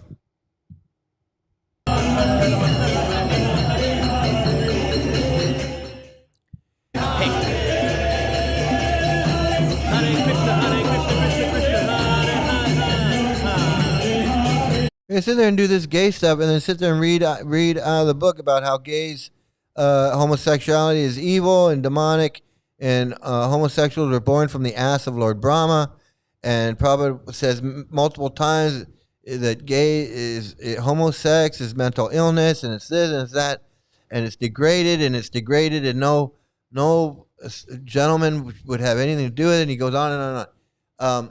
But meanwhile, he had an 11-year-old wife.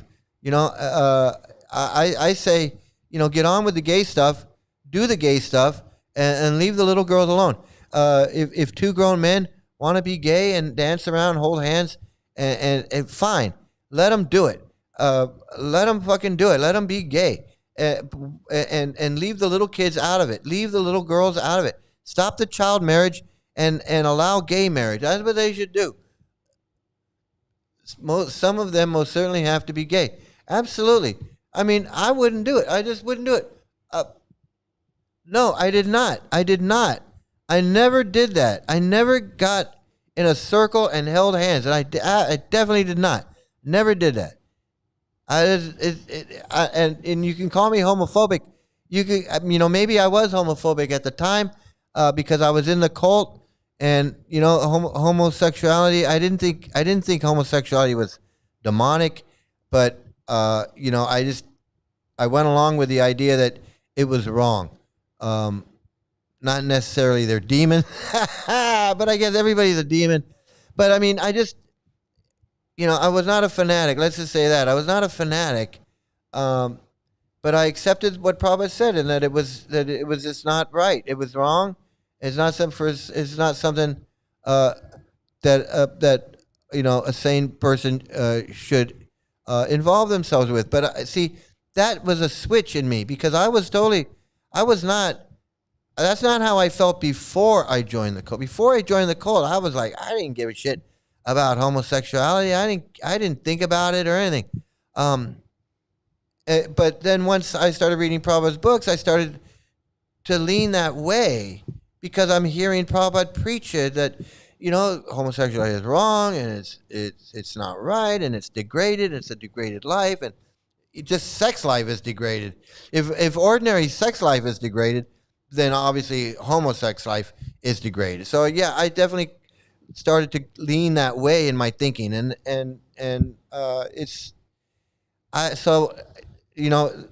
back to your question. No, I did not hold anybody's hand. I did not hold anybody's hand. I definitely got into the kirtan though. I would jump around up and down, hands up in the air, do all that. I would definitely do that, and I enjoyed kirtan, whether it was on Hollywood Boulevard or in the temple or at the Rath Yatra. I enjoyed it. It was kind of like what Gaurahari's thing, the ecstatic symptoms. To me, the jumping up and down and dancing in kirtan was like spontaneous devotional service. It was like just going crazy, letting yourself go and dancing around. But I never held anybody's hand.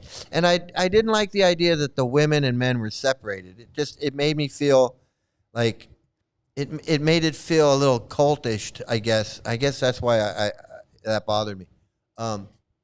But yeah, I definitely danced and pranced around. Absolutely. I definitely danced and pranced around. I definitely did.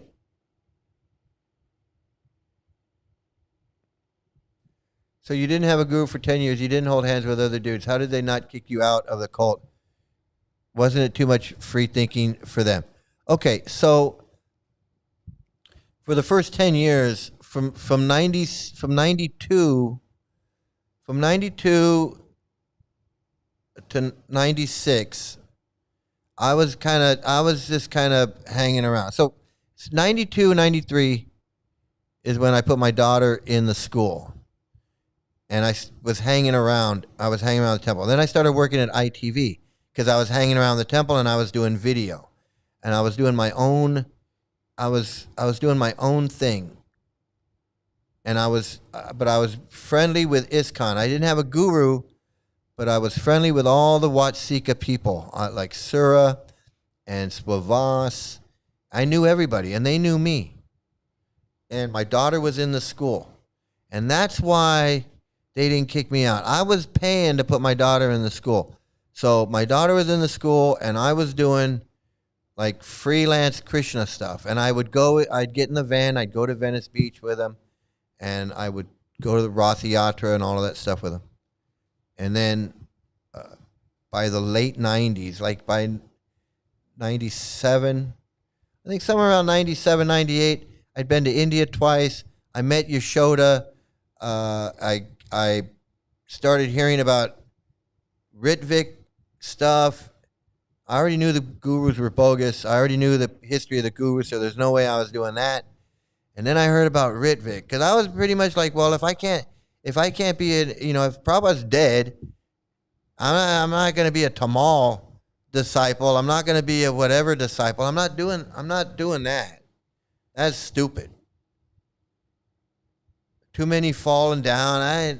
Obviously, these guys are fake and phony. So I was like, I'll just hang out. And let me just hang out and see what happens. And I did. And then around, around 2000, I guess, around 99, 98, 99, I guess, Yashodanandan moved from Badger to L.A., and he moved around the corner from Watsika. Right around the corner from the LA temple. So, absolutely, they did. In fact, I asked about them. I was like, I would have taken initiation from somebody. They could have got me early enough, but I learned too much too quick. And I was like, I ain't doing all that. I ain't doing that. So when Yashodanandan moved from Badger to L.A., I don't know how we hooked up, but we hooked up almost immediately. And I started, I became his right-hand man. like almost instantly. Like it happened so fast. I don't even know how it happened, but that's what happened. And I have to say this: my brother lived on Watsika before they bought the building that he lived in. He lived there when the Krishnas were there, but he wasn't a Hare Krishna. He just lived in the building across the street from it. Was right across the street from the temple. But they didn't own it yet. It was still privately owned. And I would go over there. I was a little kid. I was like 11. I was like 11 years old, 12 years old. And I'd go over, and because this had to be like 90, this had to be 70, this had to be 72. It had to be like 1972, or 73. 72, 73, somewhere around there.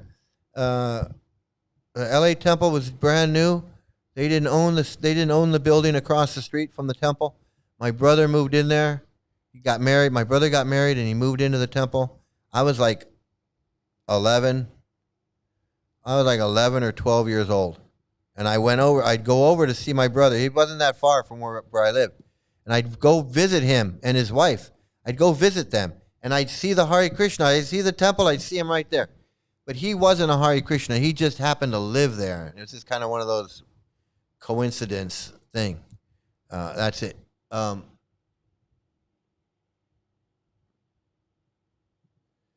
think it's fascinating that you were able to be fully in and retain some independent thinking the entire time. Yeah, I don't know how I did it, but I did it. You're absolutely right. I did. Because I was fully in it. I mean, Yashodanandan would not have given me all the position and given me all the service that I was doing if I didn't know what I was doing. He just wouldn't. There's too many other people. There's too many other people that could have done that stuff. And everybody else that Yashodananda was working with were Prabhupada disciples. I was the only one that was not a Prabhupada disciple. I wasn't even initiated. I kept telling him, you got to initiate me. And he's like, I know. ISKCON will get upset. I was like, fuck them. We're Ritviks, and we're supposed to be doing this thing, and you're preaching this Ritvik thing, and yet I'm not even initiated? Like, what the hell is that? That makes no sense. That makes like no sense at all. Hey, Duke of Squirrels, how you doing? Good to see you here. I was just telling the story about my brother. I think you were asking about my brother. So then it was like 2000. Wasn't it like till 2001, 2002 that I got initiated? It was because they didn't want to do it. Yashodananda did not want to do it. It was like I was bugging them for probably 2 years. I was probably around 99, 98, 99 when he first moved to LA. That's probably when I first brought it up, and I was like, "Hey, can I get initiated?" I've been hanging around for 8 years, and so that's how that happened. But here we got, so this here is ecstatic kirtan during Tamal Krishna Goswami's 80th Vyasa Puj. Oh, so this is Gaura Hari's dead guru's 80th birthday party. There you go. And there they are, acting all gay. Because I think Tamal Krishna was gay too. I think a lot of these guys were gay. Tamal Krishna was gay. Kirtanananda was gay. I think Harvard Dumbass is gay. I don't know. Probably. I don't know how many other ones. I don't know who else, but that's my. I mean, I know of others, but you know. There you go. There you go. So let's see. And then what else we got here? Okay, time to dip into the old mailbag. We'll dip into the old mailbag here. Let's see what we got.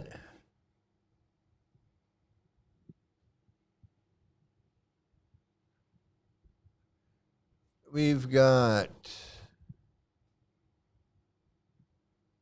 Let's see what this. Let's see what this scammer is up to. Vaishnava Thakura Dayara Sagara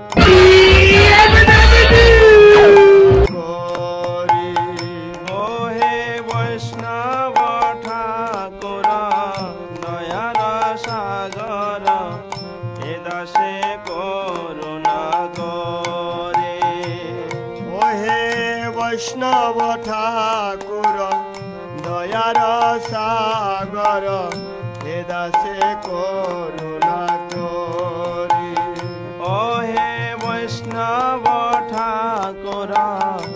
Well, they got their black guy in there. They got their black body devotee because they don't want to be racist or anything, even though they're racist and everything. Hey, scam, how you doing? I don't know if I saw you earlier or not, but everybody here. I mean, it's a full house today. And look, we got the swimmer pod. We got them all. It's a meeting of the minds. We got a real meeting of the minds here. We got you got Hugh Turvey over there. We got I'm sorry. I guess this is the gay version of good rice. This is gay rice tonight. Tonight is gay rice because you got Hugh Turvey. He's definitely gay, and then you got swimmer pod. And I'm gonna go out on a limb and say swimmer pod's gay. And then let's pick out the gay guys here. I'm gonna say Hugh Turvey. We got Hugh Turvey's definitely gay. We got swimmer pod. I think he's gay. At least 3 or 4 of those boys in the background, they're gay too. I didn't know they are. And I would say I'm gonna say the black guy is gay too. I'm throwing it out there, everybody. I'm throwing it out there. I'm saying the black guy is gay. Okay, I was just slow motion makes it extra creepy. I know that's it. Slow motion is definitely not needed. It's not needed at all. It's just not needed. You see the danger imminently approaching, and you can't do anything to escape it.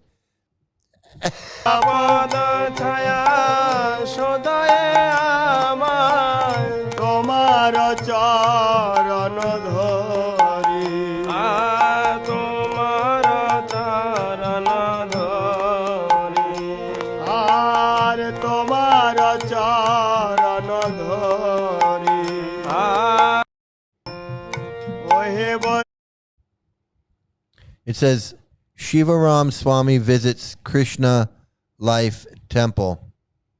Wow. Maha. Maha. Aha. Maha. Aha. You like to speak that? I like to talk that. All right. You want to get into? Are we going to get into this? Really? You want to get into this with me? You really want to get into this with me, Naguth?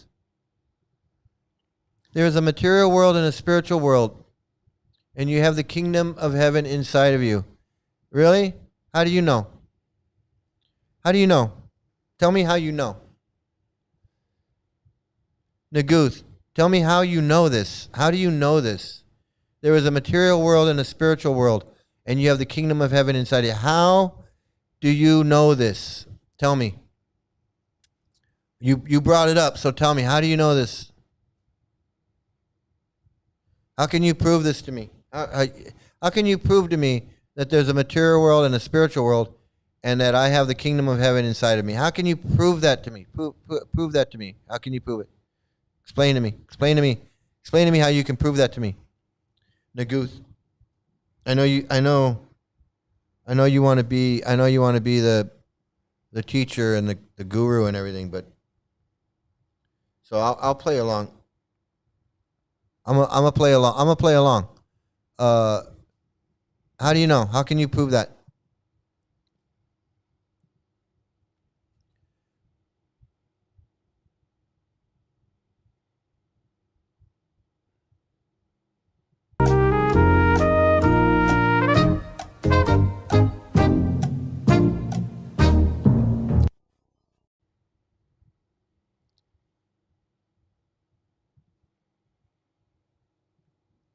Last week, Gora said that Jesus told people to fuck off. Yeah, I know. I saw that. We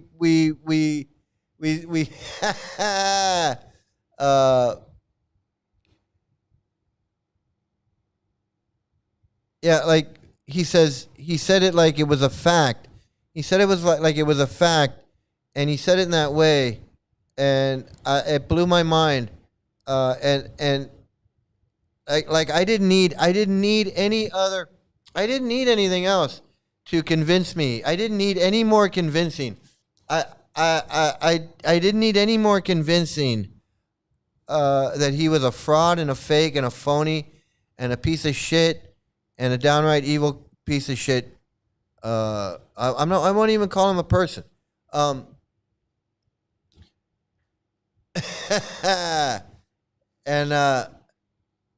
but that was even more. That was icing on the cake. He put the F word in the mouth of Jesus. And Lolita just sat there like she laughed. She was laughing. She thought it was funny.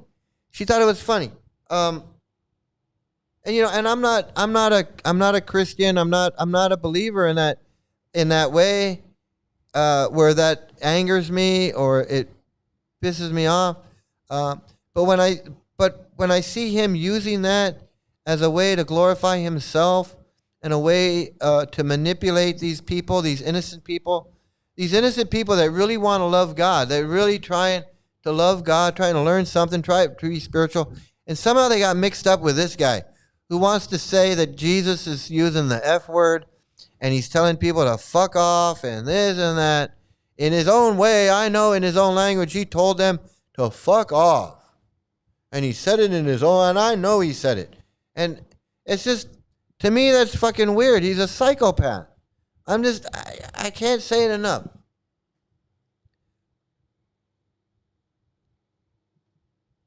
If they're not gay when they become devotees, they become gay when they start their celibacy. Yeah, that's when the real fireworks start. Absolutely. Hey, you should move into the brahmachari ashram. Really? Yeah. Oh, really? Oh, yeah. Give me a break. Naguth. One question, Naguth, I said, can you prove it? And he's like, I don't know. Naguth looking at the Hare Krishna, it looked like the kingdom of mental illness. Naguth saw it in a dream. Yeah, Naguth, this is Naguth right here. This is Naguth.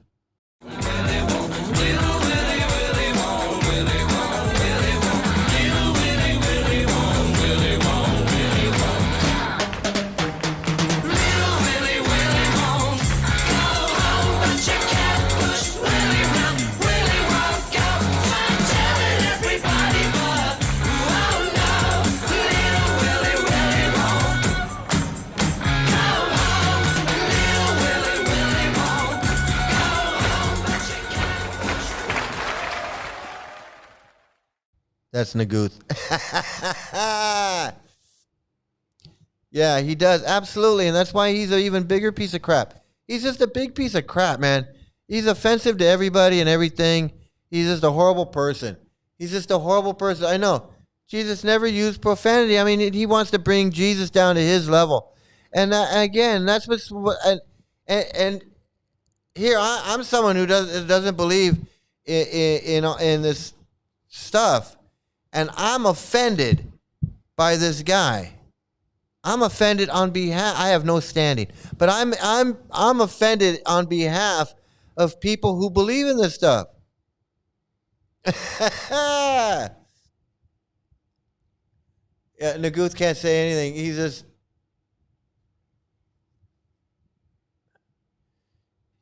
thinks he's the word, and emotionalism is the door.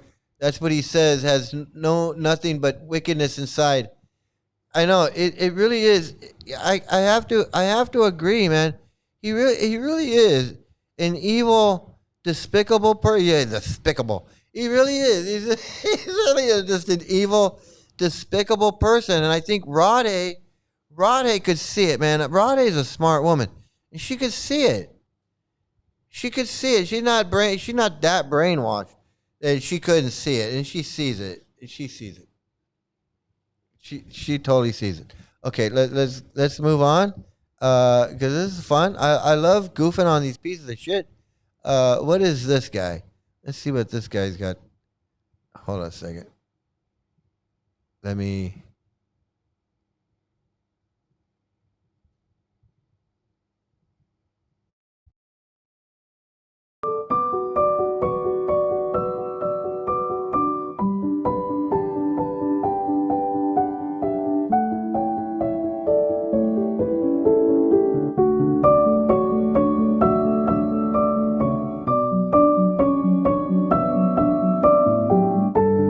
Okay, wait a minute. Let me get over here again. Let me get over here again because this guy. What happened over here?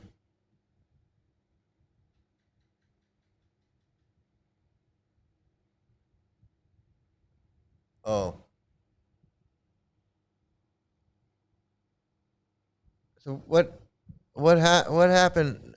What happened, Naguth? You made a statement. I asked you to explain it, and you can't.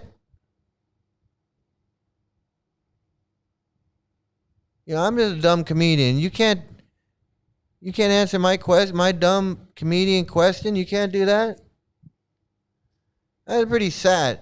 It's pretty sad when these people who think they're so spiritual and they quote the Bible and they quote this and they quote that, they come in here and they go up against a dumb fucking comedian who doesn't know shit, and they get stumped. I don't get it. I don't get it. I thought you were going to liberate the world. I thought you were the guru of the world. I think so. I agree. I think she's what else is she going to do? What else is she going to do?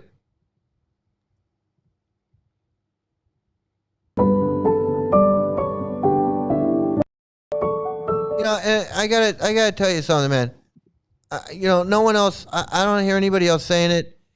Nobody brings it up or anything, but I'm going to bring it up, and I bring it up a lot, and I'm going to keep bringing it up. Why are these guys always preaching to these little kids? Why can't they go preach to adults? Why are they always around these little kids, man? Why are they always trying to groom these little kids? Why can't they wait till these kids grow up? Why don't you wait till they're in high school, when they're 18, when on graduation day, when they're 18, they graduate, you can go and you talk to them, and then see what you can do. Why you got to go talk to these little kids? Why? Why is it so important that you Krishnas are always around little kids? And I don't mean just like touching them and raping them. I'm talking about grooming them to be in your fucking cult. Why?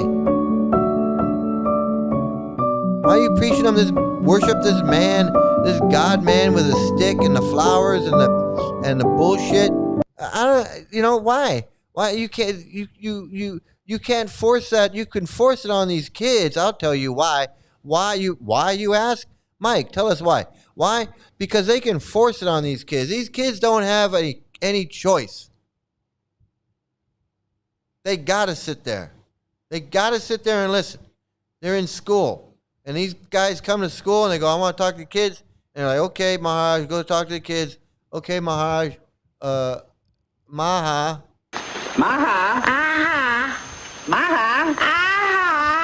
You like to speak that? I like to talk that. So the kids are captive. The kids can't go. The kids have no choice. They got to listen to this guy talk about Krishna and talk about Bhagavad Gita. And Krishna says in Bhagavad Gita, worship me, I'm a guru, blah, blah, blah. Fuck that. Why you got to groom these kids? Why can't you why can't you go find some adults?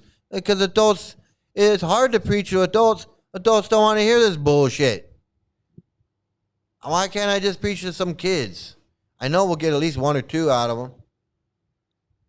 Fucking makes me, that shit pisses me off. Go preach to some goddamn adults. Why, you can't do that? Go out and distribute your books at the airport. Can't do that? You're tired of people telling you no?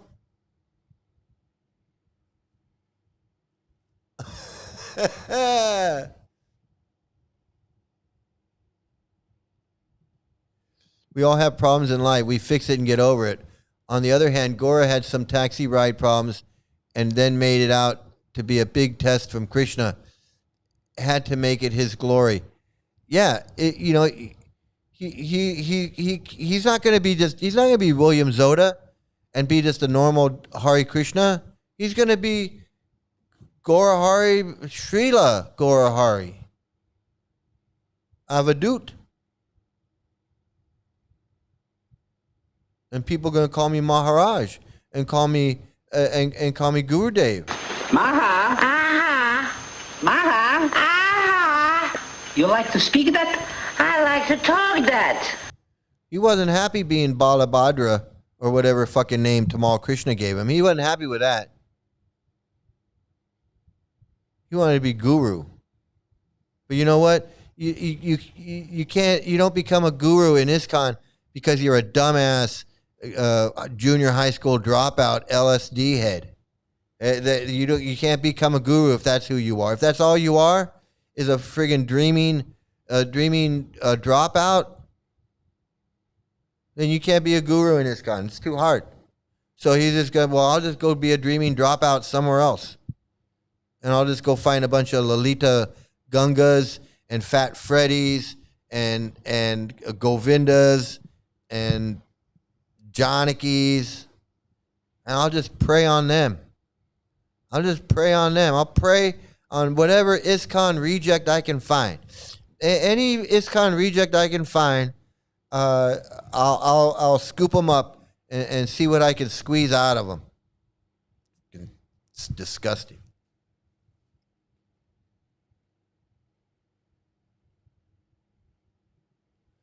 Krishna Zone and Asaloka Turns kind of reminds me how Beavis and Butthead were watching MTV. We just sit around and watch dumb shit and talk about it while vibing. Yeah, that's what I do. That's absolutely, man. I'm glad you brought that up because that's a good analogy. That's a good analogy, man. Because adults don't believe they're dreaming shit. Yeah, only kids will that haven't been to school yet, that are learning about. You can fill their heads with all kinds of stuff. But you get to college, it's not so easy. Plus, they're not captive.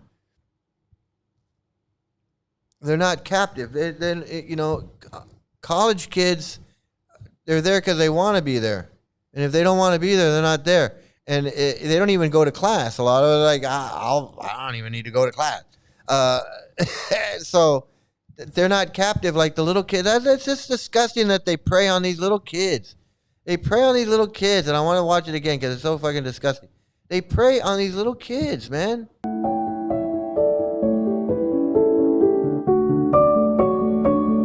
And these little kids have no idea.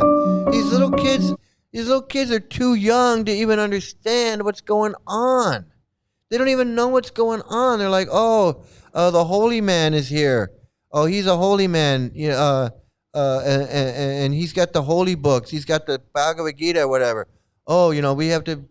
Fuck, he's not. He's a scammer. Ugh.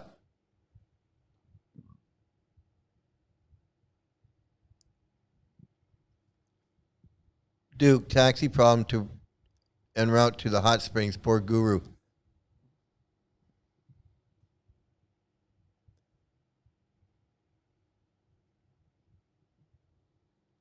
That calm guy that was peaceful, of course, was a Mayavadi in his gaslighting. See, I didn't see that one. I didn't get to see that one because he made it private. Evidently, he didn't want me to see that. That's the one video. Well, there's a couple videos he did not want me to see because he doesn't want me to clip them and put them on the video. He doesn't like that. He doesn't like that I take his stuff and I show it. He's all proud of his preaching. He thinks he's the next friggin' Prabhupada, but he doesn't want me to show his preaching. What is he scared? He's scared someone's gonna see it. Poor little Willie's gonna scared. Little Willie's scared.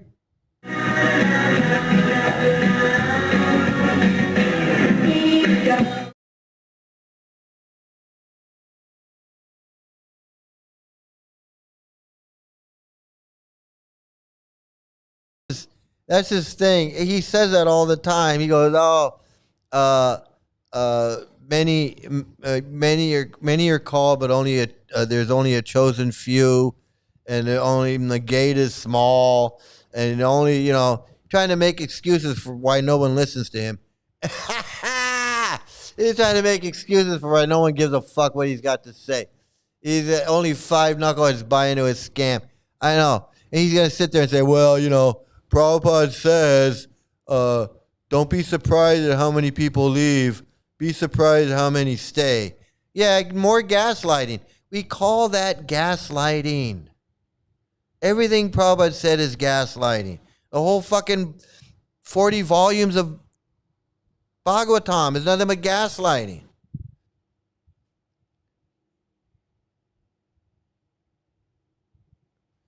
This Gora who preached that Jesus F-bombed people just told his group that you, Mike, were extremely perverse.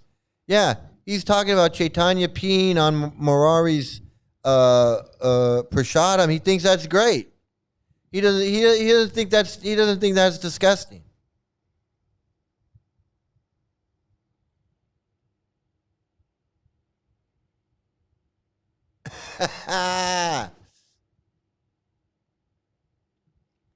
Bedtime stories with Mike. I know, isn't that wonderful? It really is.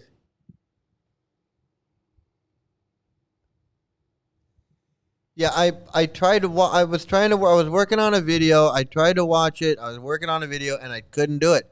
I gave up. I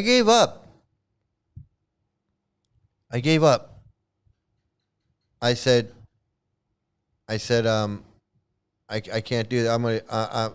I'm gonna show you. I'm gonna show you right now, just because you can see and you can laugh. You can laugh right along with me. I was working on this video. God damn it! I was working on this video, and I was gonna put this Gorahari crap in here. I did. I started to put some Gorahari crap in there, and I couldn't do it. I said I can't do this. My brain was on fire. My smoke was coming out of my ear. I said I can't, and I stopped. I said I got up and I just ran. I ran out of here. I was like, it was turning my brain to mush. I just couldn't do it.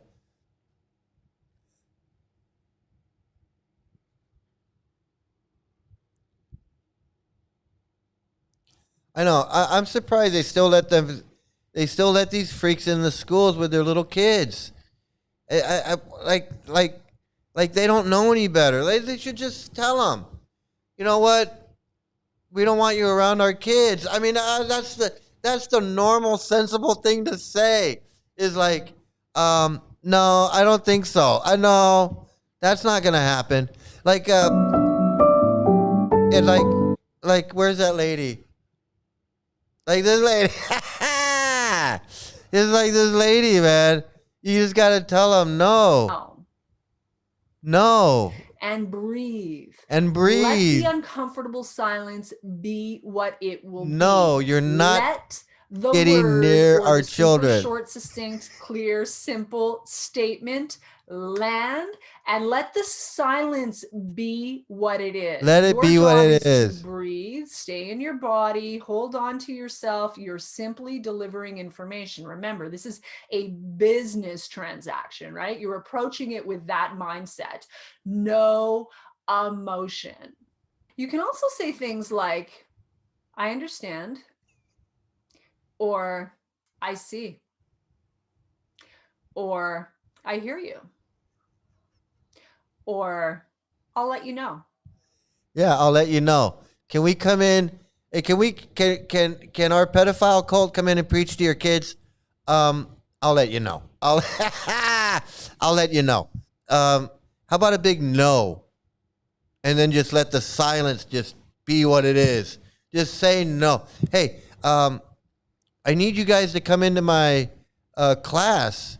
You guys weren't in my class. Can you guys come into my class tonight? No.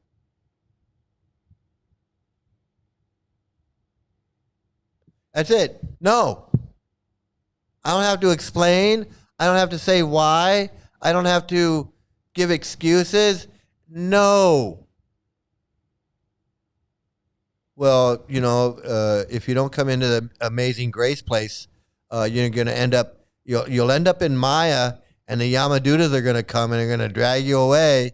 Aren't you afraid that the Yamadutas are going to come and drag you away if you don't come to my Zoom meeting? No. I'm not afraid of your Yamadutas coming. I'm not afraid of Maya, because Maya doesn't exist. There's no such thing as Maya. I'm not afraid of Yamadutas. I'm just not. I'm not afraid of Yamadutas. I'm not afraid of karma. I'm not afraid of Maya. I don't need salvation. I don't need liberation. There's no material world or spiritual world. There's just the world. The world. Yeah, it is. It's all about him. Excuse me. All right, let me get back.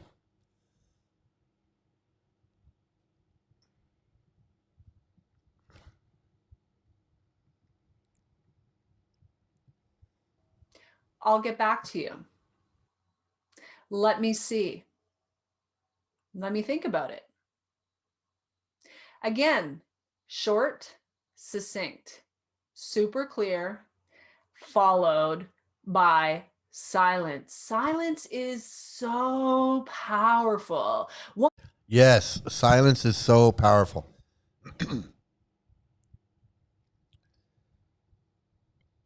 So crazy. So friggin' crazy.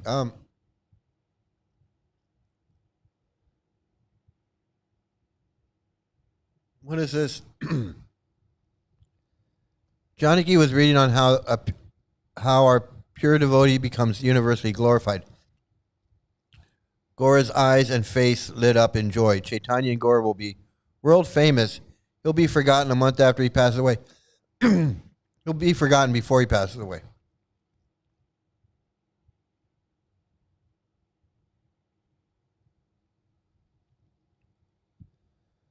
These murders. Okay, first of all, Naguth, you didn't answer my other question.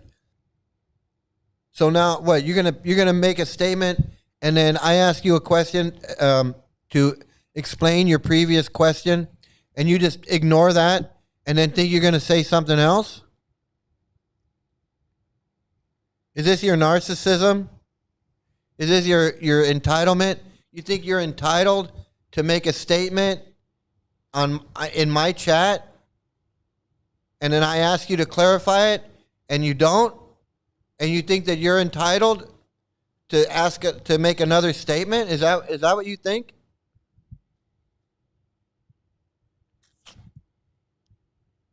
Is that what you think? Who do you think you are? Are you just going to ignore what I said? You're going to make a statement, and then when I comment on your statement, reply to your statement, you just ignore it? And then you're going to say something else? No, that ain't happening. That ain't happening. You're not manipulating. You're not going to manipulate me that way.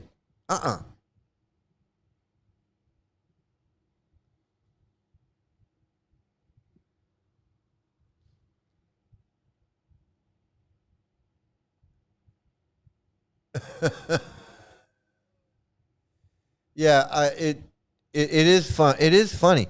It is fun because he's such a fucking man baby. Man baby garbage mouth. Hey, Ghana, good to see you, man.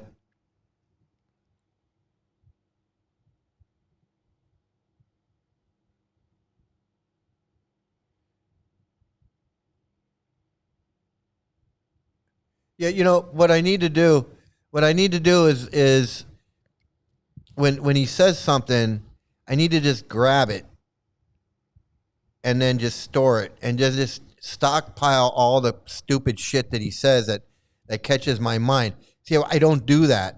And what I do, because I'm lazy, what I do is I go look for stuff, and I got to listen through it, and I can't do it. And so what I need to do is when I go in, and I just pop in. I'll just pop in. Listen, dude, this is what I do. So you know. I just pop in to listen to what he says, and then I'll hear something, and I'll go, okay, I'm going to go back, and I'll get that later. And then when I go back later, he either makes it private, or he deletes it, or I can't find it, and I gotta and it's just a pain in the ass. I know. I need help, is what I'm trying to say. I need a.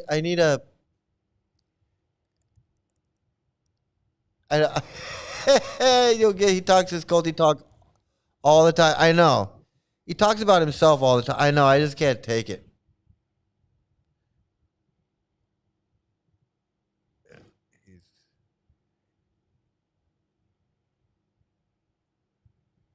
Yeah, I think that's douchebag. I'm pretty sure that's douchebag.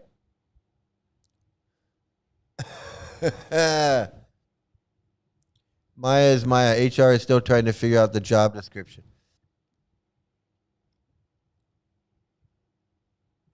Those clips with the truth is hilarious. Yeah, you know, he was really upset about those clips.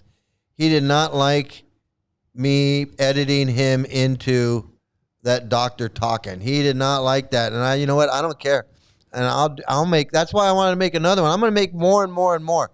I'll make as many of those as I can because I think they're powerful. It really, but I got to, you know, I'm going to tell you what, Duke and anybody, if you see him say something, just make a note of where it is, on what video, send it to me so I can go right to it and just grab it. Because if I have to search for stuff or listen, I zone out. I can't take it. I just can't. I'm sorry, but I just can't. I just can't. I don't know if it's the PTSD or if it's him, you know, or if it's me. I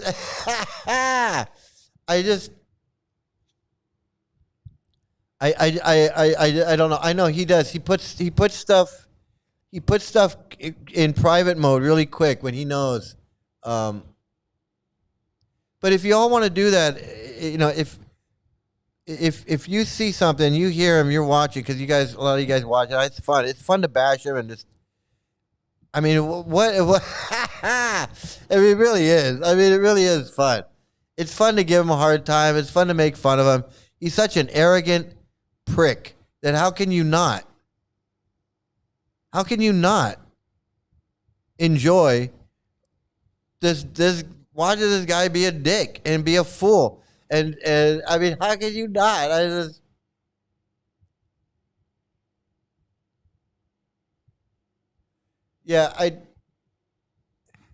just screen record it on your phone instead of grabbing the time code and date of the video. Yeah,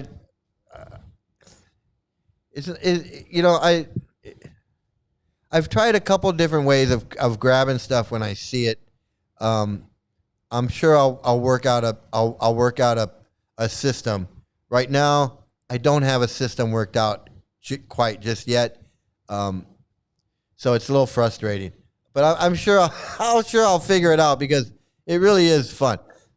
I got to tell you, it's really fun watching the doctor talk, and then having him talk, because it's really like the doctor's using him as an example, and that's what he doesn't like. He doesn't like that.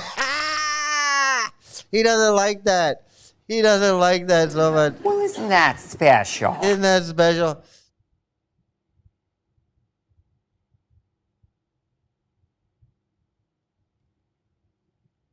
It's hideous, unbelievably disgusting, narcissist talk show, emotional, fake, spiritual bias. It absolutely is. And that's why it's so irritating. That's why it's so irritating, I guess, man. Because I don't know. It's just. Yeah, I know. That's how I feel. And I'm only doing it because I want to help his followers. I want to help get his followers out. If I can get every one of his followers out and believe me, guys. Hey, guys, if we can get at least one or two of his people in here, like if we can get them deprogrammed and get them in here Just think of how awesome that would be. How great would that be? That would be the greatest thing ever. If we could just get Rod Hay and Duffman. If we could get Duffman. Duffman's pension has been mismanaged. If we could we get a couple of them over here, I think that would be that to me would be that'd be the pinnacle. That'd be the pinnacle. Yeah, it's a cool idea.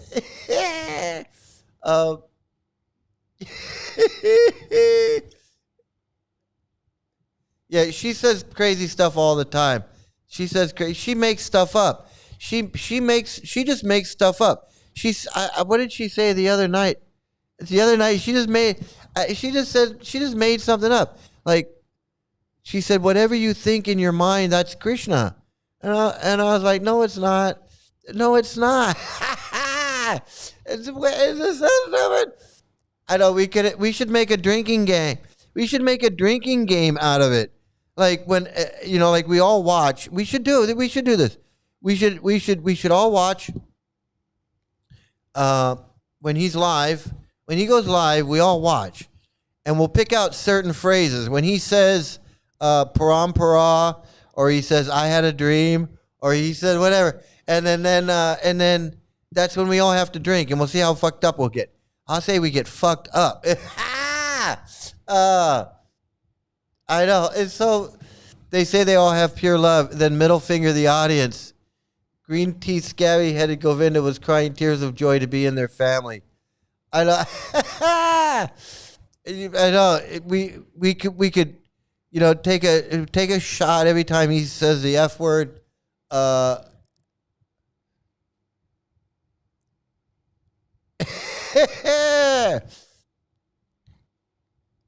don't know if we could only program his little thing. If we could hack his little thing, start sending him messages into his thing. Messages. We start sending messages. We started sending messages in there. Oh,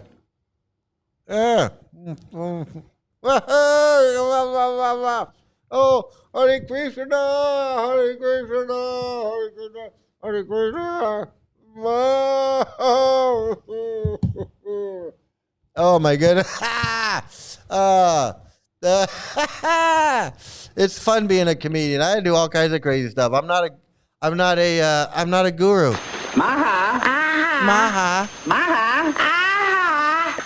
You like to speak that? I like to talk that. I like to talk that. Okay, let me get back to the let's get back to the mailbag here. Should we do this one? I don't know if I want to do this one. I don't like doing this, but let's see what it is because it got sent in. Let's see what. Hare Krishna, please accept my most humble obeisances. My name is Jadavacharya Das, and I've made these videos, the Adi Leela and Japa, Prabhupada chanting, specifically for all of you to take the time to meditate upon them. And they're not normally to be watched just simply slide by slide, but actually I would encourage you to download them and turn them into DVDs and use them on your videos, DVD players, and watch them more as a learning tool to be able to absorb the text when your mind is wandering or you're not focusing on your chanting. I found that hearing and seeing the text itself and reading the text helps to be able to bring the mind back. As it says in Bhagavad Gita, that's wherever and whenever the mind may wander. Oh man, this guy is not sound.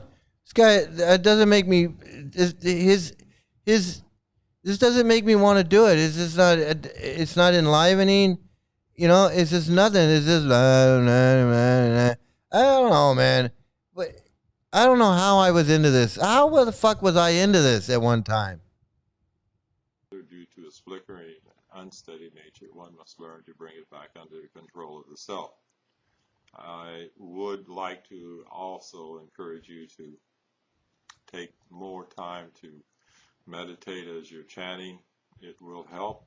This is like, I feel like I'm waiting for the dentist. This this is not, listening to this guy talk is turning me off. It's like, I don't even want to chant. I don't want to.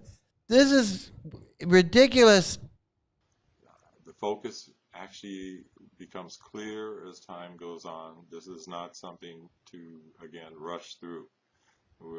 On YouTube particularly, we're normally watching a video to see, but this is actually a learning tool, as I stated before. So please. I guess he's got, I guess he's just got videos of Prabhupada chanting, and he's explaining, this is the stupidest thing. Imagine making DVDs of this face. I don't know. I don't know what the hell is going on. I don't know. I don't know what's going on with that guy. I don't know what's going on. Should we? I don't know. Should we check on that guy? I don't know. And then watching those DVDs again, and then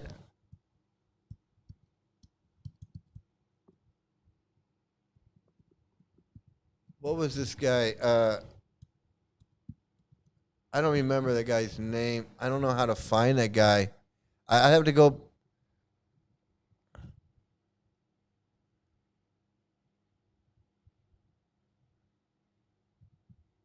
I'd have to go search for him. But I haven't heard anything.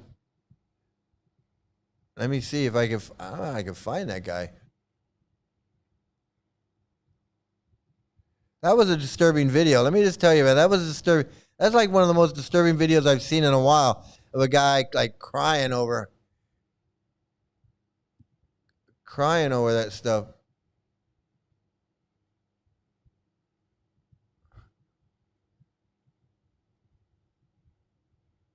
I can't. It's too much for me to try and find that. It's too much for me to try and find it. I wouldn't even know how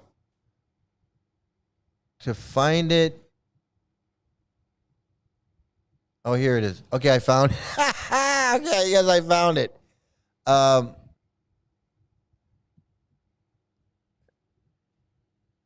This guy.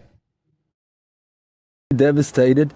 I was expelled from the Krishna village in Murwilimba for denouncing that a man has self-proclaimed to be.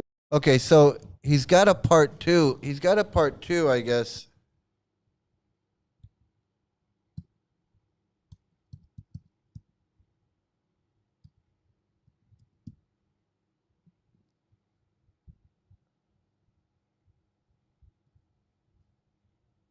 This guy here. Here's part two. Okay, we got.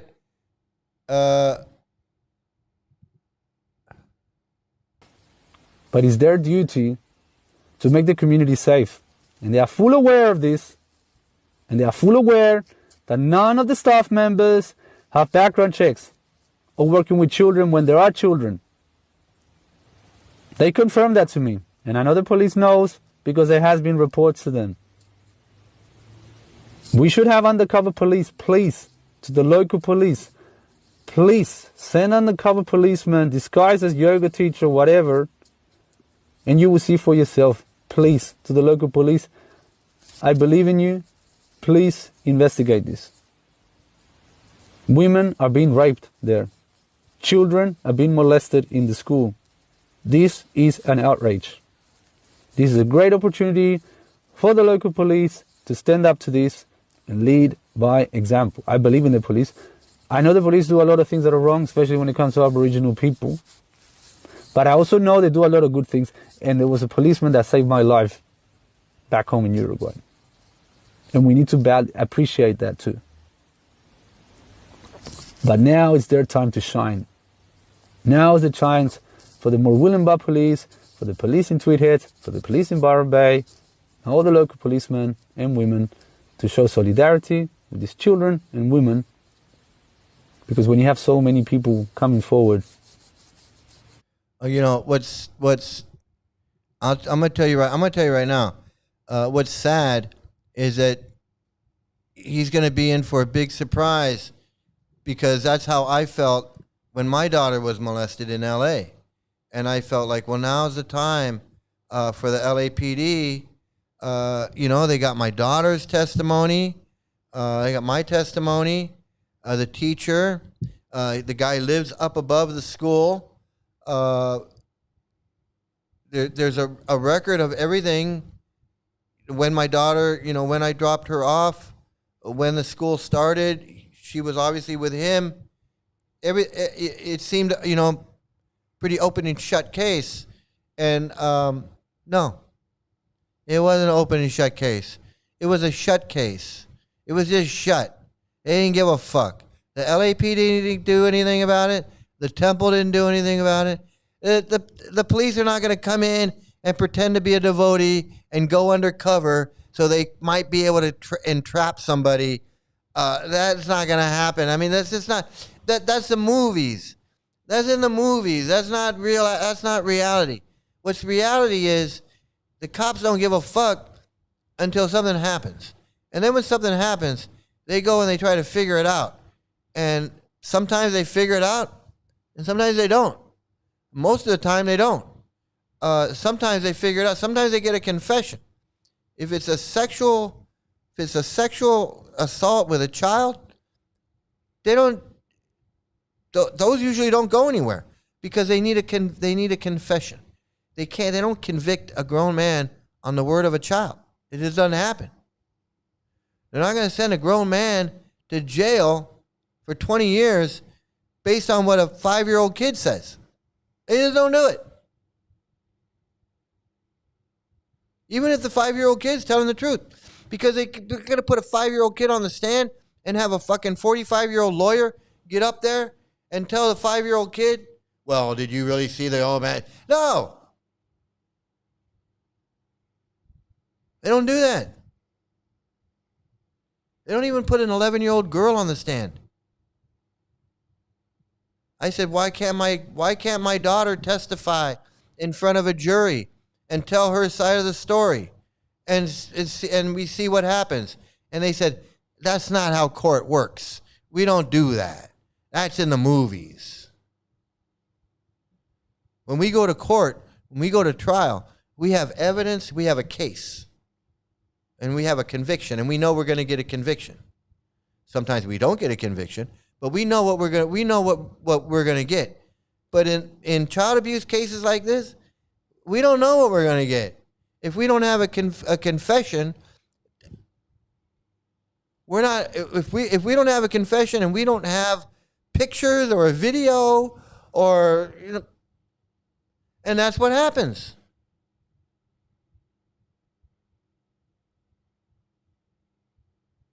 And when you got the whole community sticking up for the guy, going, oh, he's the greatest guy ever.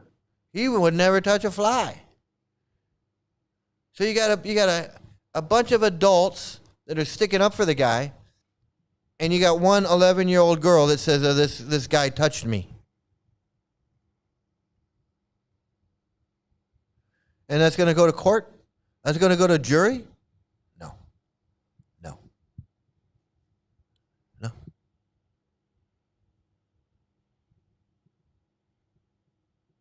And that's what happens. And that's what happens. And it's sad and it's a shock. Because as a parent, you're sitting there going, what? What do you mean? The guy did it. We all know the guy did it. The guy knows he did it. My daughter knows he did it. Well, sorry, but that's not how it works. And that's the reality, man. That's the reality of it. Well, yeah, and even adult women, if they don't have it, a lot of times women don't want to go through it. It sucks. It really sucks, man. Yeah, they're like undercover to begin. They're not going to invest. No. Now, if there was a human trafficking, if he could say, hey, there's human trafficking, and they had like evidence where, kids are missing, and then then maybe they might investigate. But if it's just, hey, this guy's a perv and he says that he likes little girls and then that and then that, the cops are going to go, call us when something happens. Call us when something happens.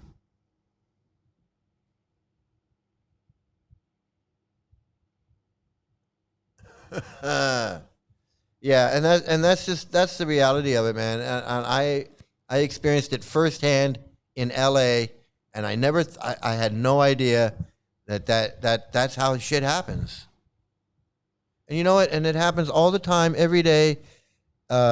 Innocent people are fucked over, and people that fuck people over get away with it. And that's what happens, man. And it's not like the movies. It's not like TV or the movies. It's just not real life, man. This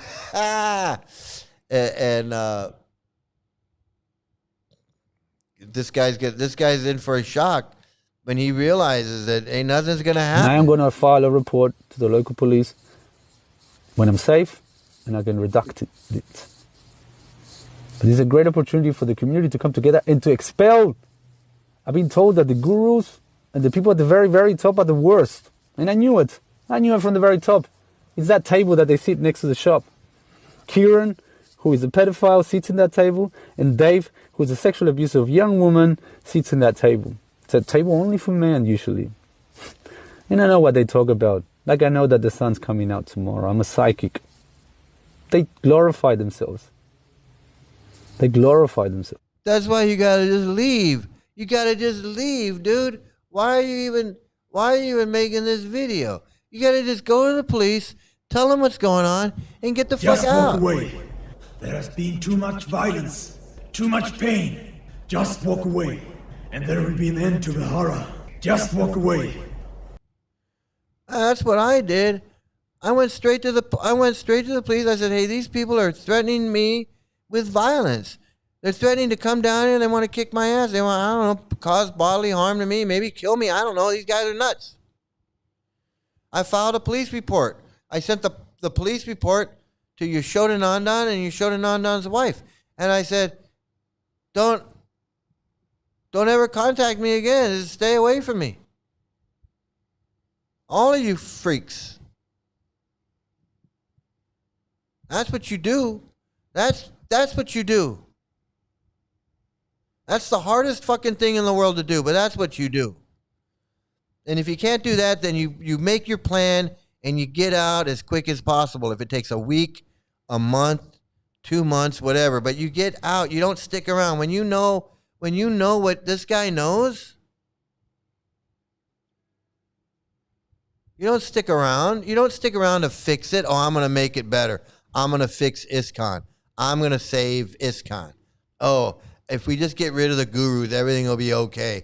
And I'm just the guy to do it. What the fuck? You just pack up your shit and leave. You already know it's a bunch of pedophiles. You know it's not what it is, what they say it is. You know it's a bunch of bullshit. Why do you stick around? Just get up and leave. Just get up and leave. Stop complaining. Do the right thing. You get out, get on YouTube and start talking about how the Krishnas are full of shit, like me. That's what you do. You get on there and you go, "Hey, I'm in Australia, and these fuckers are fucking pedophiles. And they're full of shit." And I know, because I was there. And I heard them talking, and that's what you do. That's what you do. You want to fix the problem? Do that. The police are going to go undercover and go in there and get... No. It's up to you. You want to do something, you want to do the right thing, fucking speak up. Leave, gather your stuff, and go. Go to your brother's house, your sister's house, your mother's house, your cousin, your aunt, your uncle. Go somewhere. Get the fuck out of there and go somewhere. And then don't look back. And just get on with your life. And you just tell everybody that you know that the Hare Krishnas are a fucking pedophile cult. That's what you do. Yeah, police aren't going to do anything. The government's not going to do anything. The cult's not going to fix itself. You're not going to fix it. All you got to do is just do what you can, which is warn people not to get involved with it. I was telling somebody today on the Reddit page, why do you want to get involved with that shit? Oh, can you elaborate? What do you want me to elaborate? You can't Google? You can't Google it and just look up child abuse, ISKCON? You got... I don't want to just take someone's word for what? Take someone's word for it? Why are you asking then? You asking people, well, how do you feel about ISKCON? And then I say, don't get involved with that piece of shit cult. And then you're like, well, why should I? You asked.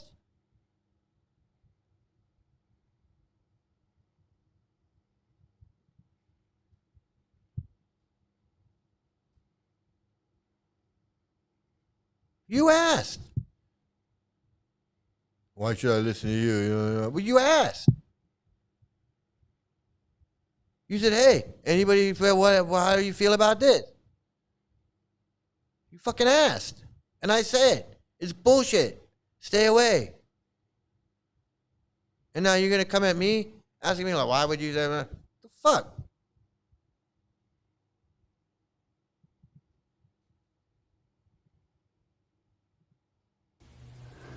They see women as lesser individuals. They objectify them.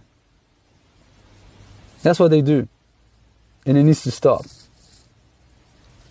And the life that we possess... See, he doesn't understand that it's not going to stop. Because that's in the books. It's in the teachings. Women have small brains. They like to be raped. All that shit. Child marriage. That's what I'm saying. These people in there, they don't understand what's going on. And then they think that, oh, there's a pedophile at the temple. No, the temple is a pedophile.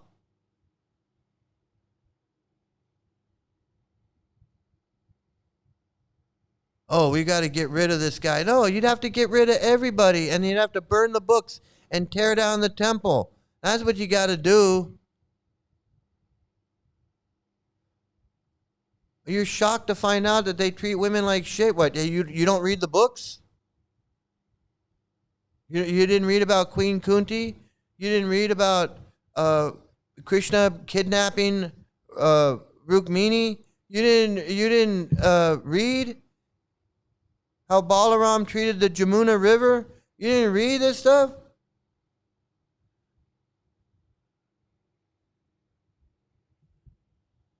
Hey, Ghana, yeah, I'm just about done too, man. It's been 3 hours, and you're right.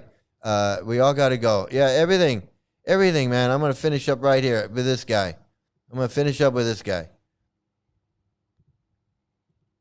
Men is irrelevant. If we lived in the time of the Vikings, we would have needed to commit self-sacrifice for the wellness of our community so that it can reign, for example. And we would have done that gladly. What the fuck happened to those men? Where are we? You know how many brothers in the village did not stand by my side? Not a single brother stood by my side when I had the pedophile close to a knife and I thought he was going to reach for it and kill me. See, nobody was on my side at the LA temple. My daughter was Krishna in the friggin' play. John Mastami play. My daughter was Krishna. And everyone loved her. She was the star of the play that year.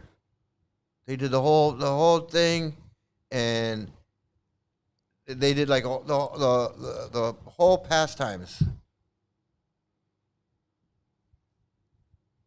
And she was really good. She was really good as Krishna, and the whole temple they loved it. And when the play was over and she was running around, they were all dressed. The kids were all dressed up, and they were having pictures taken, and it was such a great experience. And we were, like I'm saying, I wasn't a guru, I wasn't no big, but everybody knew who we were. They knew who she was. They knew who I was. She was Krishna in the play.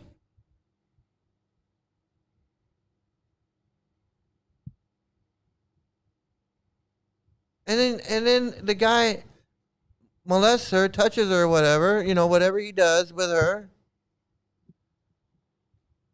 Do they come to her? Do they come to Krishna's defense? Do they come to Krishna's defense and stick up for her? No, not at all.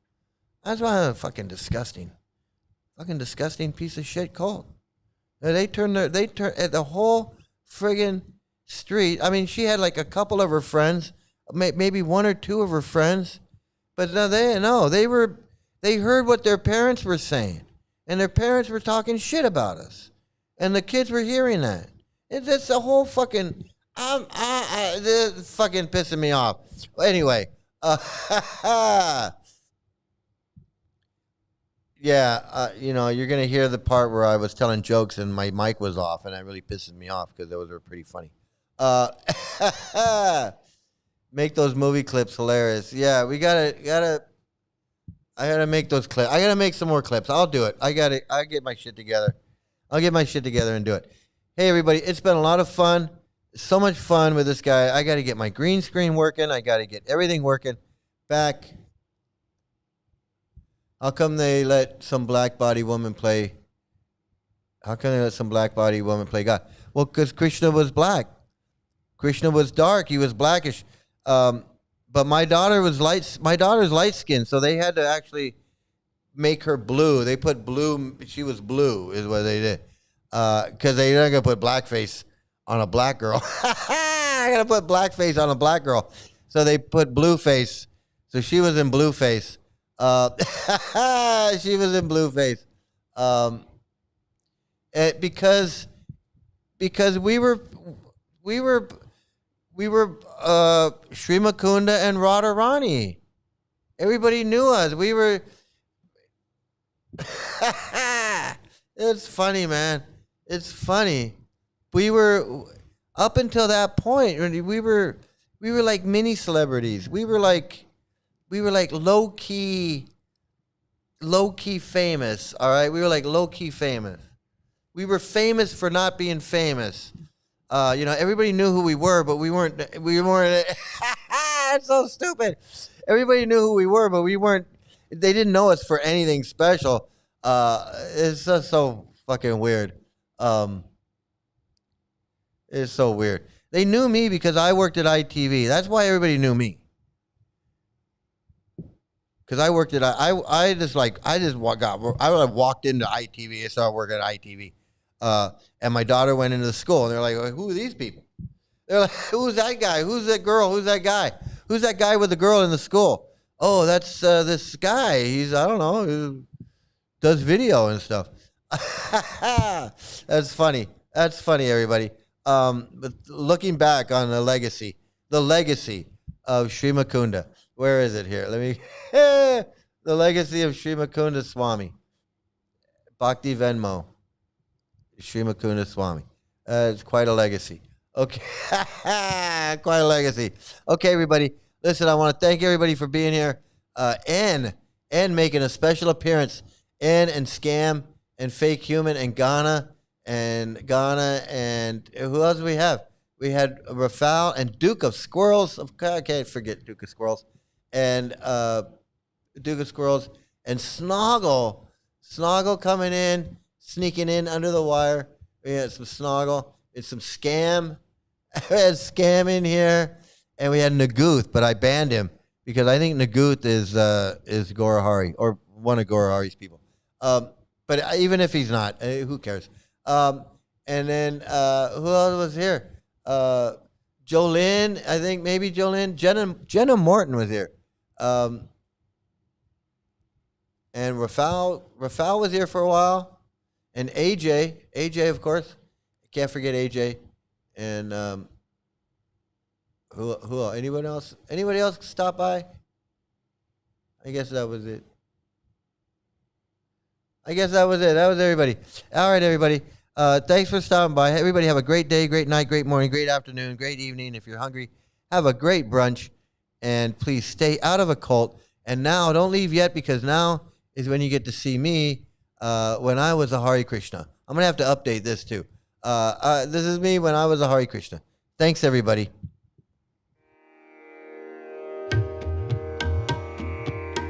What in God's holy name are you blathering about?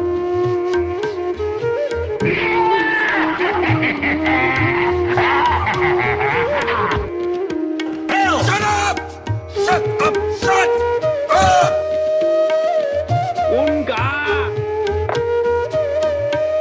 Just walk away. There has been too much violence, too much pain. Just walk away, and there will be an end to the horror. Just walk away. No! I can't take anymore. I've had it with you. He didn't have that dream. I did. Well, isn't that special? Nobody fucks with the Jesus. The man's pension has been mismanaged. Oh, yeah! Maha, aha, Maha, aha. You like to speak that? I like to talk that.